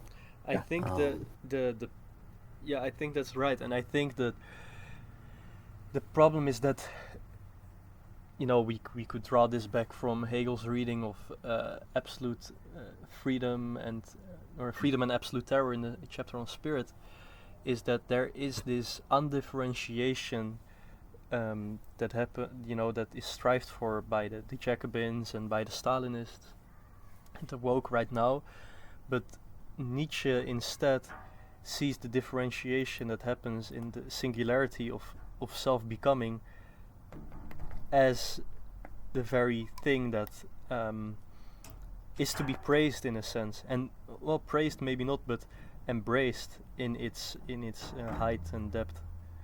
And I think that's kind of what's missing. So this undifferentiation, what I mean by that is that's the plasticity Garrett is getting at. Like if you make the necessity of suffering in your life a contingency in the past, what you're doing is you're willing back and to change that. Like Nietzsche talks about the will, the will, like the will can either strive forward or it can strive backward, and when the will strives backward, it wants to change things in the past. What's that? That's called resentment. But if you turn the necessity of suffering in the past into a contingency, that enables this whole, the condition of possibility for this ontology that plasticizes the human body to such an extent. And it's logical that there's this undifferentiated state that leads to, because differentiation will always come with suffering. It will always come with contingencies that you cannot account for. And I don't think the will to power is, I don't think the point of it is that you have to tell yourself, okay, if something happened to me in the past, that you wanted it to be like that. But I do think that you can say, well, that is simply, that's both Hegelian and Nietzsche, and it's simply necessary for me right now, and I have to live with that, and that's even the condition of possibility for the highest hope in that sense. Are you both saying that the project of what we're saying with the left, don't forget that point, Gareth, because I know you might want to say something, is that illegitimate because it doesn't turn back to truly assess the wound that motivates it. Yes, yes, yeah. Yeah. I have a great Yeah. example here. There's this YouTube channel with this black guy, and he's leftist, and he had this Oh yeah. video about big black dicks. Okay, the video wasn't called like that, but it's basically in the video he tells of the fact that there's this myth that black people have big dicks. It's a myth. Now, I'm not so sure if it's a myth or not. I know there's a lot of porn with black dicks and whatever. And so in the video he goes on to talk about, I was very insecure in my youth, and I had this friend, and it seemed like he got all the girls, and then he started talking about colonialism, and then he started talking about slavery, and then he started talking about white women sexualizing him, and I'm just sitting there like, wait, but you're just insecure about your own penis, and that's fine, like, sure, you could be insecure about your own penis, but how is that? Why are we talking about lynching of black people of like 100 years ago right now? So you see what I mean? Like that's what I think your question gets at. Like there is this, and perhaps that's the coldness of the state. Like you cannot solve this problem of the insecurity about his dick. That's who knows like how real that is, but. If you turn it into like this coldness of the political ideology, you're just lying. I have another. Yeah, sorry, go on, Garrett, you go. Let me just touch quick. So, in the beginning of that chapter called "The New Idol," he talks about peoples and herds. He talks about how there used to be peoples and herds, but now we have states, and and I think it's relevant to talk about basically. Yeah, to talk about like how Nietzsche sees peoples being founded. Like the project that we're talking about as far as the left goes is simply just a state manipulation, whereas peoples and herds have to be led by. I think Nietzsche would definitely say that peoples have to be led by men, and so where was I gonna? You're gonna talk about feminism or priests? Maybe we can. I think I disagree there. I think what Nietzsche is doing is that he is totally shameless in the fact that nobody will understand him in his lifetime. I'm just gonna speak to a small group of people that maybe will understand me in the future, and it's beyond political in that sense. I think that Garrett is trying to articulate a form of leadership. Is that what you're saying, Garrett? I would say, as far as like, I would say like as far as the priesthood goes, this form of leadership where I think that there's a form of leadership that is far different. When you have to think like an easy way of thinking about this is sort of the Romans. It's like a spiritual transition from peoples and herds to a state. The greatest vitality for the Romans happened in the beginning stages in the Republic and then the early Imperium, and then over time it became this huge overarching bureaucracy and cold state, and it couldn't rely anymore on its own vitality to keep itself alive. It had to start taking in the vitality of other peoples. Very interesting point. And so I think this is kind of what he's talking about, is how um, they it's always the state has to keep Appropriate. alive. Yeah, it's always this circuitous justification of itself for nothing. Whereas peoples expand, peoples go out into the world and seek new territory and new life and new opportunity, and I think this is like perhaps you could make the argument that the free peoples are sort of overmenish in their stance towards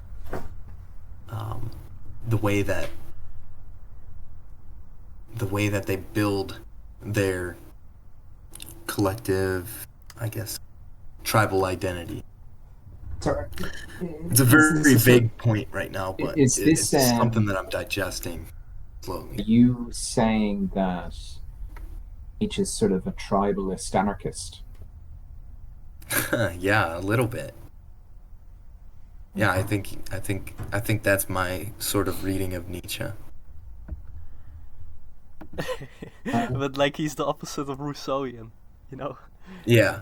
Because Rousseau Have could you- also be seen as this tribalist anarchist. Have you He- read George Dumazel's Mitra Varuna?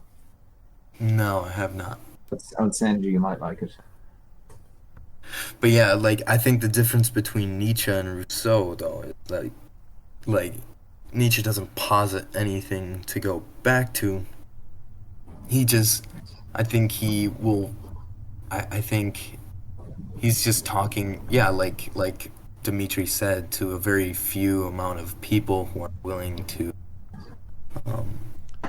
take up his call to the overman. And you know, like perhaps Nietzsche will lead to some sort of new people, some sort of new because a people is always a value system. Yeah. Yeah, honestly, I think it's happening in the coming 200 years, like, or maybe just 100 years. You know, like with the internet and everything, like this, like, isn't the downfall that Nietzsche keeps talking about, and like you have to go for your downfall to, you know, become the overman. Like, isn't the internet the downfall of humanity in that sense? That, you know, all the people who are shameless about this striving for excellence, or you know, they will be able to get linked up with each other and create something that has never emerged before in the history of mankind. Whereas Nietzsche was just, he died alone, you know, died with his fucking mediocre sister and mother taking care of him.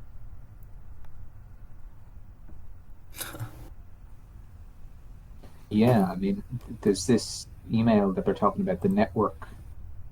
Is it the network state in the IDW? You know, thinking about it, like, I think that's the ultimate fear of the states, the world states, is like they have to like keep I think, yeah, like it makes sense why Bard loves Nietzsche, because Bard sees the state as a impediment to It's a tit. true digital. Yeah, it's a huge tit. I stopped sucking the mother's tit at 1 year of age. He's very proud of it. Yeah, like, yeah, he sees. But why is his state mother as an so cold, impediment. Garrett? Why? It's a cold No. mother. The state But can't get fucked. Is it that the Maybe that's state why is it it's armored. Too armored. Is it that the state is a type of man? You know what I mean? At the very start, you raised the idea of what Nietzsche was warning us against, and I think it would be good to expand on this. So we have said so far that don't be a philosopher of the market, don't be a philosopher of the state, don't be a priest of death, don't be somebody who is resentful. So I mean, we could, in a sense, get a set of values from this text because it is written in this sort of prophetic, religious-like way. It's not just a philosophical text. So if you were to say the values of this text, what would you say they are? Expanding on them that I've just said. Oh man, that's such a huge question. That's a huge question. Yeah. Like you could sit here and You have to eat yourself. I would say that's it. You have to digest yourself because, he's talking about there's these people and they're going around devouring each other without digesting themselves. What the hell does that mean? Like, okay, so devouring someone else. I guess one way we could understand it is that you want to use someone to inflate your own ego, and in that sense the wise man is fine in that place. The wise man preaches to the masses fall asleep, he can sleep well, speaking his 40 thoughts, but they're just devouring each other, and you have to stay in the solitude and get rid of all the noise and all the yapper of the superfluous, and stay with the self-digestion, which is, I think meditation could be seen as ego work in the sense of self-digestion. Like that's right. It would be interesting to connect this to the concept of Hegelian shitting that Zizek talks about. So there's these enemies of Hegel, but they're constipated. They don't shit out what they eat.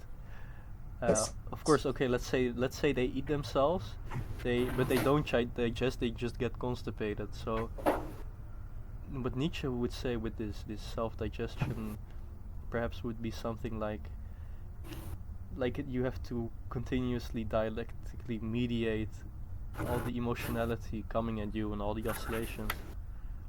Yeah, It could be explicated way more deeper, but maybe that's so you are, interesting he start. says in a previous one, you're a process, not a goal. There's a constant oscillating of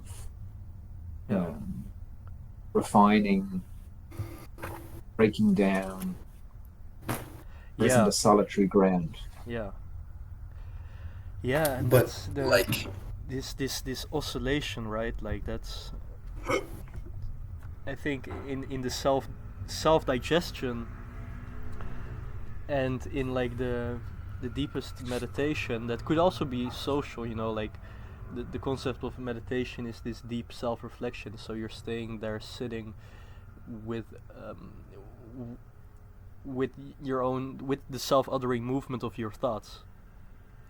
And this otherness within you, you're staying with it, and you're not, you're just embracing the movement as a whole. So what we have so far is we have three values. We have digestion or sort of acceptance. Yeah, self-digestion. Yeah. Self-accept. Then we have, I think this idea of self-acceptance, the process of self-acceptance. Yeah.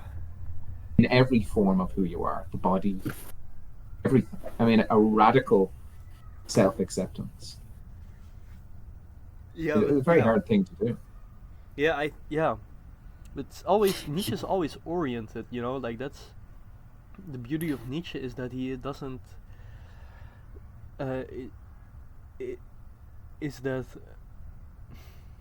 he doesn't say just accept yourself and that's fine. He's phallic in it. He's oriented towards a goal, like accept yourself so you can contempt yourself in a sharper way.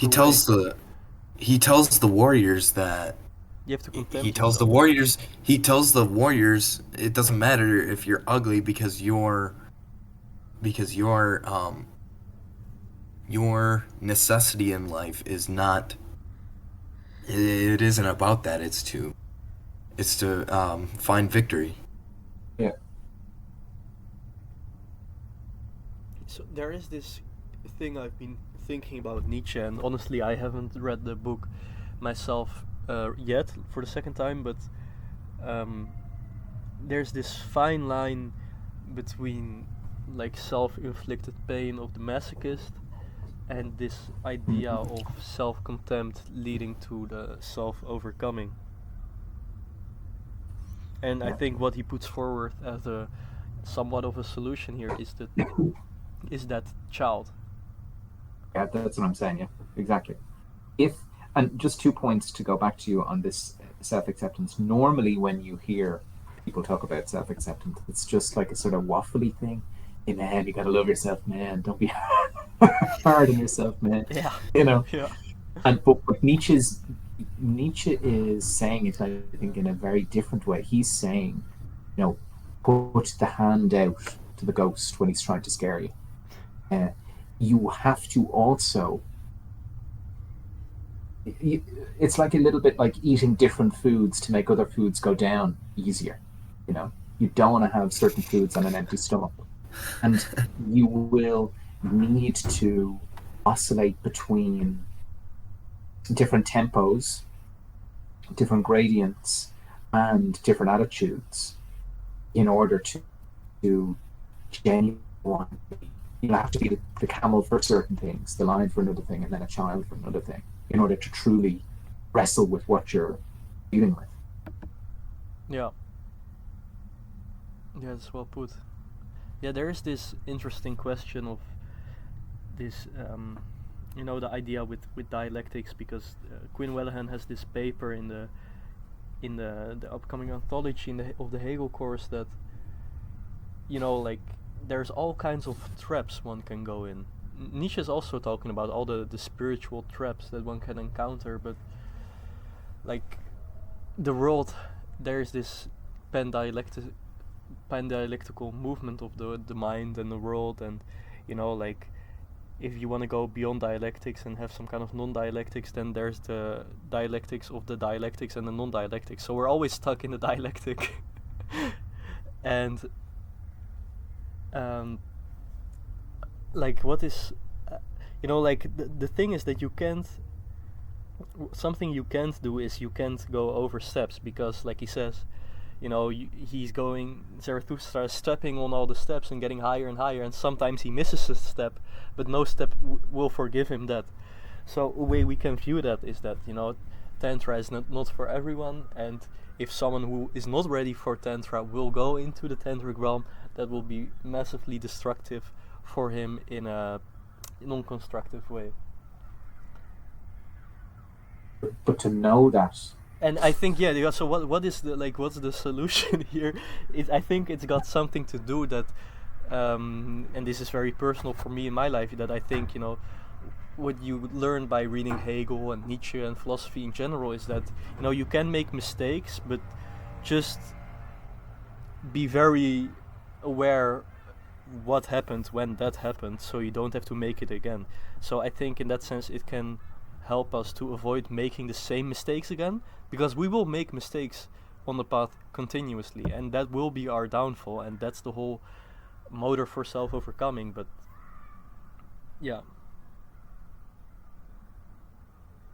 that's what I think of it. So far we have digest yourself, a process, not a goal. Acceptance, courage, I think, is a big thing. This sort of hierarchy between the philosopher and the masses. We're going to avoid the state, the market, and the priests of death. Is there anything else?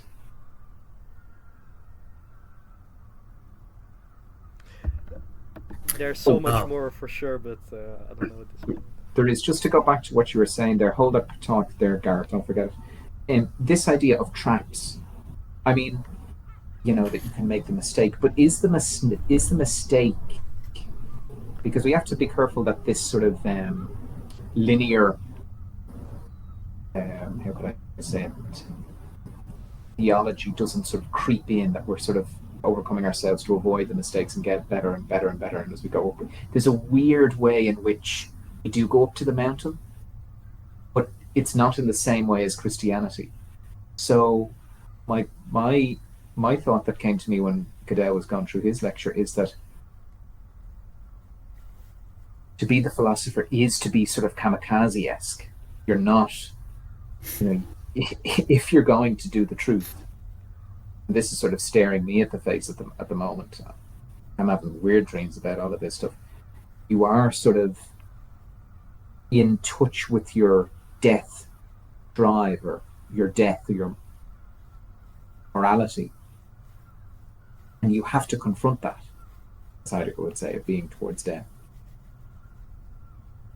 You not just say, okay, I'm going to make the mistakes, and say, right, okay, I'm going to live by the sword, die by the sword. Yes, I think so. And I think that's what Hegel means with the ground of science, is that there is this, every day you encounter this otherness, but it's about recognizing that otherness as purely yourself.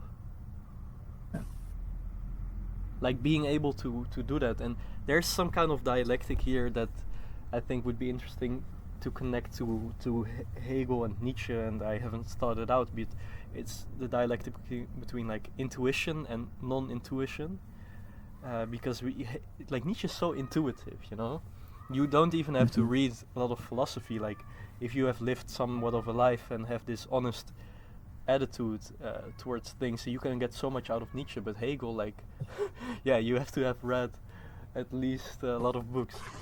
So there Hegel's more non-intuitive in his philosophy, and systematic, like, what is scientist. They both bring the non-intuitive and the intuitive closer together, the intuitive being the body, of course. Like Nietzsche is talking about all these traps of non-intuitive reason.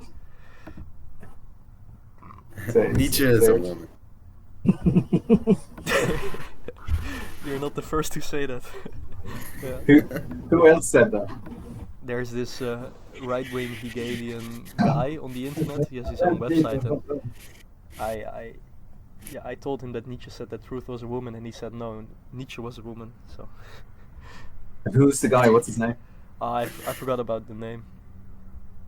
See if you does he have like interesting stuff? Yeah, he has lots of interesting stuff. Yeah. I'll send I think I might know who you're talking about, but if you do remember, oh, it's Hegel's Bagels. Oh yes. Hegelsbagels.net. Nietzsche is a woman.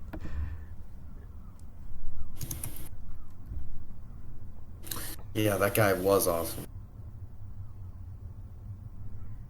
What were you gonna say there, Gareth? Sorry, before I went in. I think if you want to know what Nietzsche's values are, I think it's most helpful to look at. This is not like this is a very easy point to make. I think if you want values, if you're looking to try to understand what sort of values Nietzsche holds, I think it's helpful to study the ancient Greeks. Yeah, you're not going to understand it if you don't. I also think it helps to understand. I definitely think it helps to read Genealogy of Morals, and but I do think Nietzsche holds the Greeks as the highest value, as the Greeks having the highest values. What about Zoroastrianism and Zarathustra? Well, that's where you get into comparative he could have religion. Called this book Also sprach Prometheus. Yeah, like for sure. Like I think it. I think if you want to get into comparative religion, Nietzsche is very helpful to understand. as well. Like it all, like that whole sort of whole sort of Bronze Age classical era. It all kind of melts in on each other. Well, Nietzsche is just heroic stance towards life, so of course the Bronze Age, this age where you get all these epic stories, these epic tales of feats that men actually did. Of course Nietzsche's gonna look at that and say, wow, behold, we have what was once the greatest human values. Or not even system, but yeah, I wouldn't call it a system. I think it's good to be careful with your language here.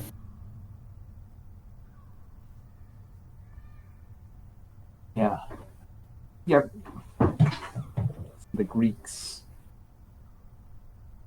Yeah, I've been reading Evola's and Guénon's Crisis of the Modern World, Guénon, and Revolt of the Modern World, and there's such an overlap between Nietzsche and these two thinkers.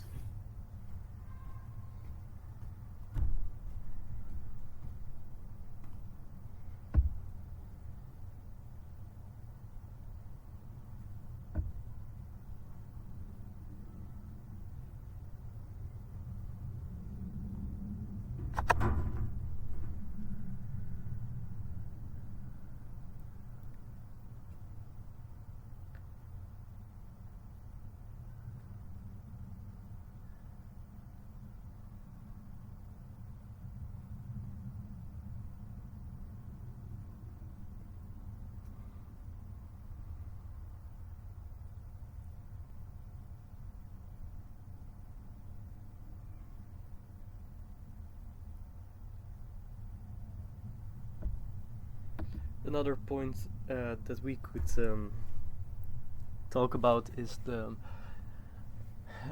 status of the object for Nietzsche.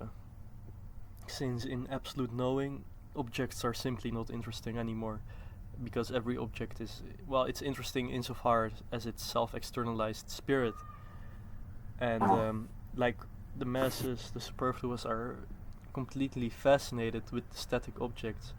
It may be like whatever, diamonds or whatever it be, but like what would Nietzsche's idea be about that? I have a question. Is Go on. Can you use objects not in can you have objects not as like objects in themselves, like objects that are just purely to have these objects, but can there be some sort of outside motivation or spirit that is brought out by these objects? So say for instance you had enough money that you could just buy some insane supercar that can travel 200 miles an hour, and this sort of spirit of speed and intensity, like a Rolls Royce. Or like a Bugatti or something like that. Like is having possession over objects bad for Nietzsche? Because Nietzsche was a he was in like a well-spirited poverty entire life. Yeah, he doesn't he say something about the beginning? Maybe Max, you know it better than I do, that there's this poverty of the rich man as well as the richness of poverty. But if you have to believe Osho, I believe somewhere Osho says that if Nietzsche would have been born in the East, he would have been next to the level of Buddha, since he would have actually the structures to ascend.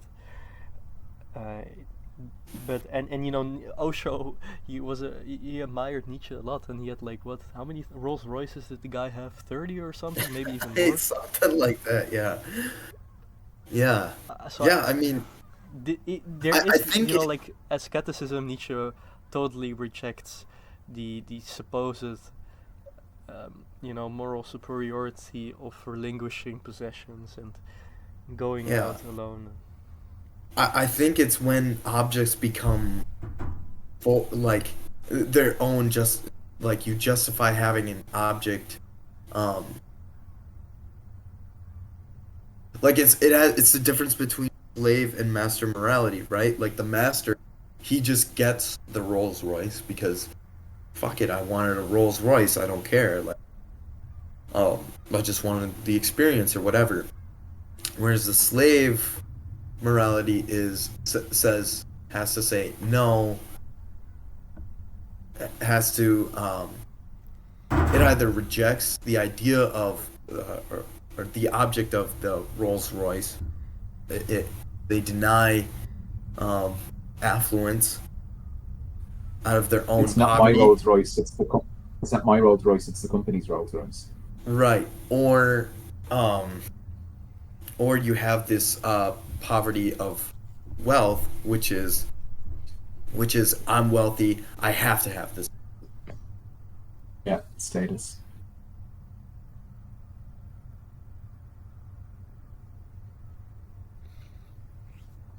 And I don't know what you think about. Can you just say your question in regards to the object again? Just a bit confused as to underlying point. So if we take a reading that Cadell has put forward, is that once we are at the top of the mountain of absolute knowing, yes, then Zarathustra comes down to the people, and the question is, okay, what now? And like I said, in absolute knowing, the object doesn't contain notional significance in itself, but only as a moment of the becoming of spirit, and it's a moment of self-externalization. Well, this is actually the fundamental critique of Hegel. Nietzsche is critiquing Hegel in Zarathustra. I've put 2 videos into the Telegram channel, and you can have a look at that. But basically, what Nietzsche seems to be saying to Hegel is, right, you're a person of absolute knowing, but you're just a greybeard now. You know everything. What's there to do? You know it all, so nothing is novel. You can write the science of logic. That's what Hegel did. That's true. That is true. I don't know much about the science of logic, but I feel that Nietzsche is trying to reinvigorate. It just seems like history is over with Hegel if we have this sort of absolute knower, no? Yeah, I mean, that's a huge question. Like, what is the place of the phenomenology of spirit in Hegel's system of sciences? I don't know. But what I'm trying to say is Nietzsche's Zarathustra, if the phenomenology is bringing us up to the top of the mountain, is Zarathustra bringing us down and going, okay, we've hit this moment in the history of Western philosophy. Now what? Okay. Yeah. We have to go down. We have to fundamentally go down to collect what, try to give the message to the masses. Okay, that won't work. And now we have to set a project for the that are willing to listen. Yeah, I think that's right. I think that's Hegel or Dimitri, this is very interesting. Let's look at it from a different perspective. If we have Hegel and the phenomenology is coming to be God or having a closer relationship to God, that man, through Hegel, reaches a level of godness, like godlike potentiality and infinity. And then Zarathustra is Christ coming again.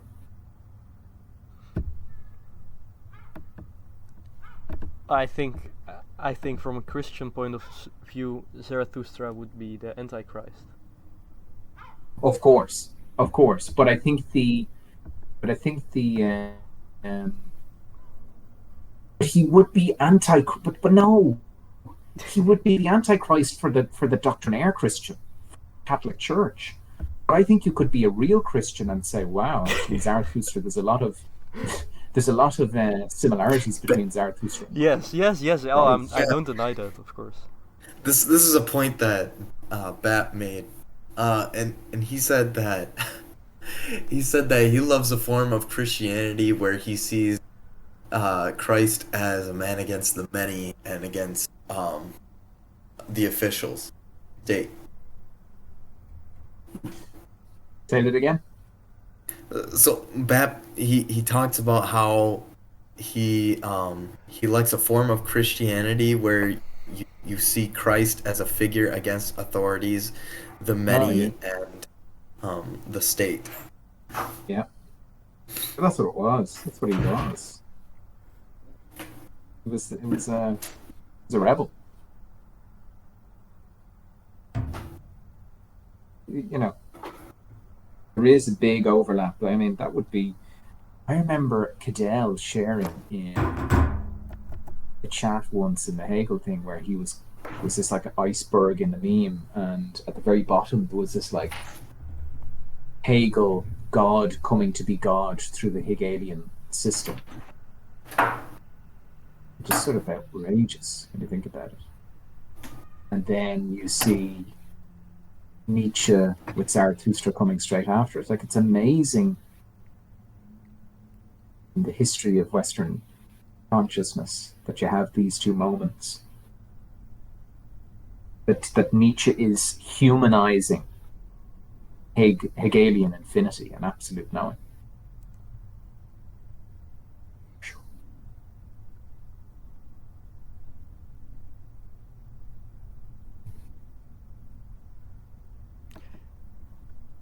What do you guys think Nietzsche means with sleep?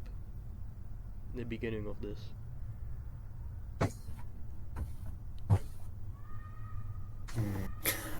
I mean, just, from my own experience going to church, my father, he'd just fall asleep whenever he went to church. So, I mean, he could literally be talking about just sleep. Obviously, Nietzsche is always metaphorical talking. So, well, he has this guy, the wise man, talking, but then he has a reflection on what the wise man said. So the wise man with his 40 thoughts seems to me a fool, but I believe he knows well enough to have a sleep. And then he also says something here which, going back to the Freudian aspect. So they sleep. To all of these lauded wise men of the academic chairs, wisdom meant sleep without dreams. They knew no better meaning of life. It's like being on a.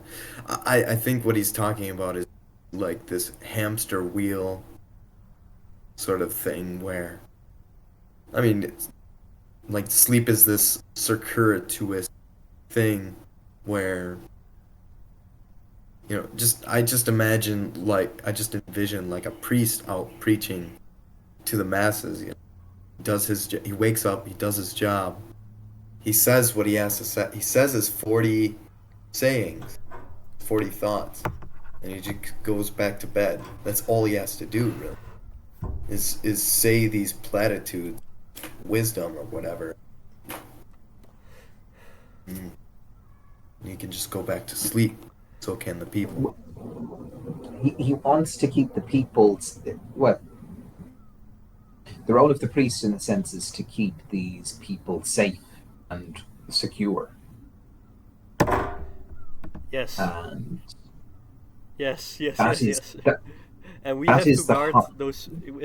And I think Nietzsche also makes a point. Sorry to interrupt, but Nietzsche also makes a point somewhere that uh, that those who follow in his footsteps in Zarathustra, they have to guard the common man against these teachings that we're talking about right now and the teachings of Nietzsche. Oh yeah, for sure. Yeah, And that would be sure. like the Sutra and Tantra divide, I think. Well, I wouldn't. I think it would be very dangerous to, as you said about the steps. I mean, you're just gonna. Like talking to some of my friends, you know what I mean. You have to know what to be able to tell some people and what not to be able to tell some people Oh because yeah, they just won't be able to handle it. And yeah. Sloterdijk says this. He says in one of his books, "We could become the sun. We've decided to become an insurance policy.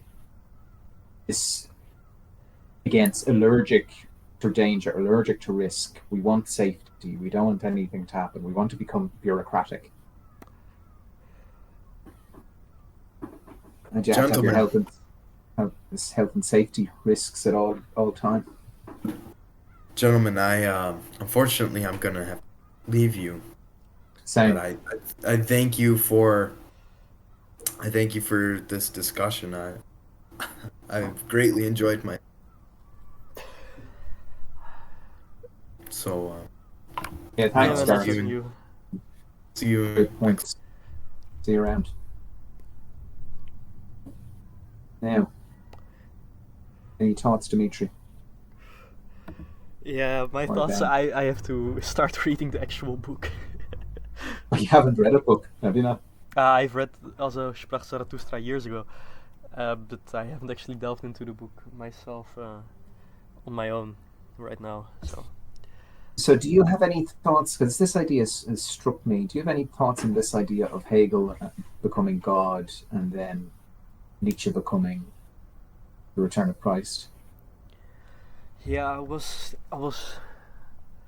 talking about that today with Quinn, that and it's like we were talking about something that we both didn't understand.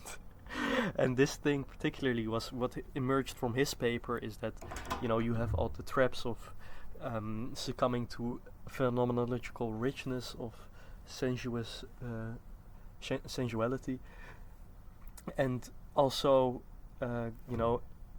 clinging to mental abstractions that have no use anymore in the world, which have like this kind of symbolic death drive to them. And so we could say, yesterday I talked with someone and I said Nietzsche is a very dialectical thinker, and then he told me, yeah, but we're all dialectical thinkers. There's nothing outside of the dialectic. So maybe the term theosis is this in Orthodox Christianity, this idea of coming closer to God, becoming God. Mm-hmm. That is something that does kind of seem to persist in this philosophy of Nietzsche, in the sense that it's an embrace of the dialectic in those facets. But it would be like, it would be a very particular kind of theosis, of course, because there is this. Mm-hmm.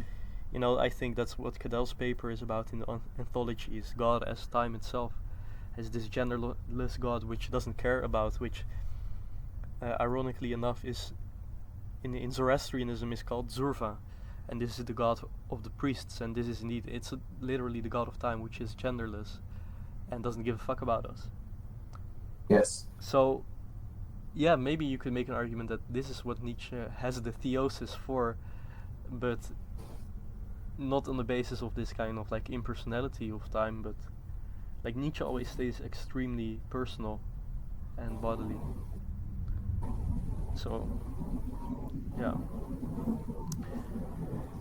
it's all speculations, of course. It's no final reading of Nietzsche or whatever.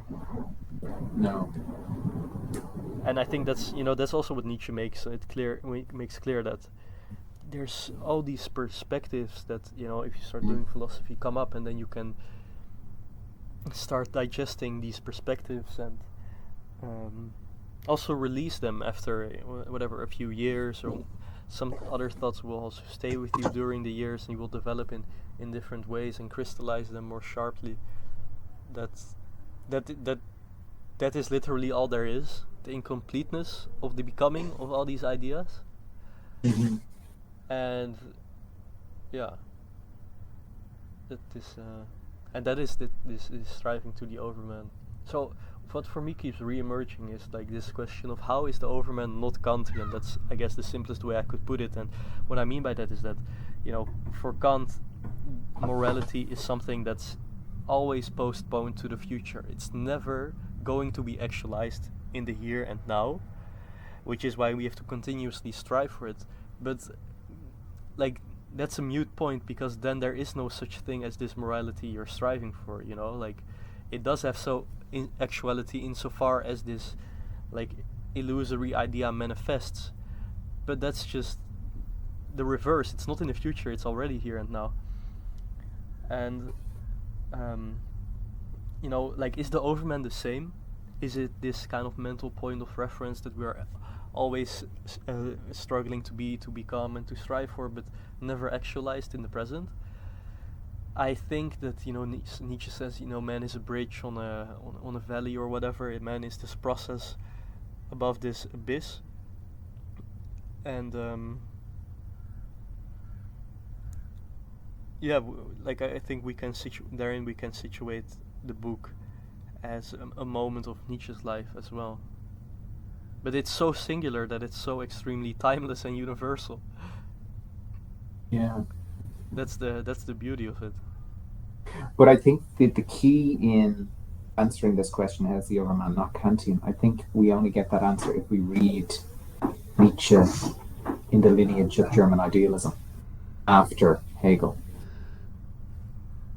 Yeah, like what? Yeah, but exactly. I think that's totally right. And then you can connect the overman to absolute knowing. Like, you can ask the same question about absolute knowing. Do we ever get there, or is it just some future state? But the same question that arises from. But there's this. Yeah. Well, yeah. Yeah. Well, there's this. Yeah, I don't know how to put it, but there is this like the overman and absolute knowing both point to something that's timeless in a sense. Yes. And I think it points to you know, in this flux of appearances, what's the thing that stays, what's the constant, and that thing is, you know, the self as the negative. Yeah. The negative can take, like, you have, like, to make some kind of like logical divide, you can have like the negative in itself and the negative as manifested, you know, like as a kind of negative experience. Both of them together, just like Lacan said with object A. But these are, yeah, well, this is something I'm going to have to think about for years to come. That's for sure. But I also think this idea of what does an absolute have to do after Hegel, you know, or even after God, if we take Christianity as a sort of mythical or religious symbolic meaning of an infinity, after an infinity arises. What next for an infinity? Why does... Well, Hegel says there's this thing as a bad infinity. Right. And the bad infinity is the regressive infinity that doesn't bring forth anything new. It doesn't go into the sublation. It just stays with the first negation. Right. And the true infinity is the restless self-supersession of spirit. But it's also, you know, it's I guess it's the infinity of life, that it's like that which makes distinctions and overcomes them them and makes new distinctions therefrom. Does the infinity of God, then through Jesus Christ, and then let's say, for instance, the infinity of Hegel, and then through Nietzsche, do they not have to impregnate to make more infinities? You mean like two kinds of infinities, or? If, for instance, you have Hegel and you don't have Nietzsche, Nietzsche is trying to come down and inspire a generation. But it seems that Hegel might be too far away, or I'm saying that Nietzsche seems to be a bodily embodiment of Hegel's infinity. And if we don't have Zarathustra, then we have the regressive infinity.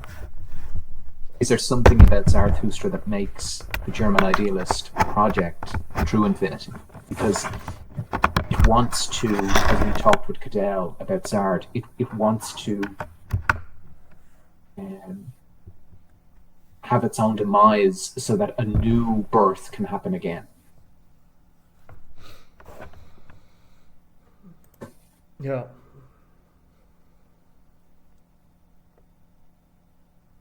Yeah. Yeah, I think this comes back to the excess. Mm-hmm. There is this word that Friedrich Schelling came up with. It's the what was it again? Nie aufhebare. I don't remember exactly, but it's that. It's what is unsublatable. Yes. that which is unsublatable, and that's the axis and the leg.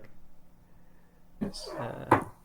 Anyhow, the question of infinity is so complex as well.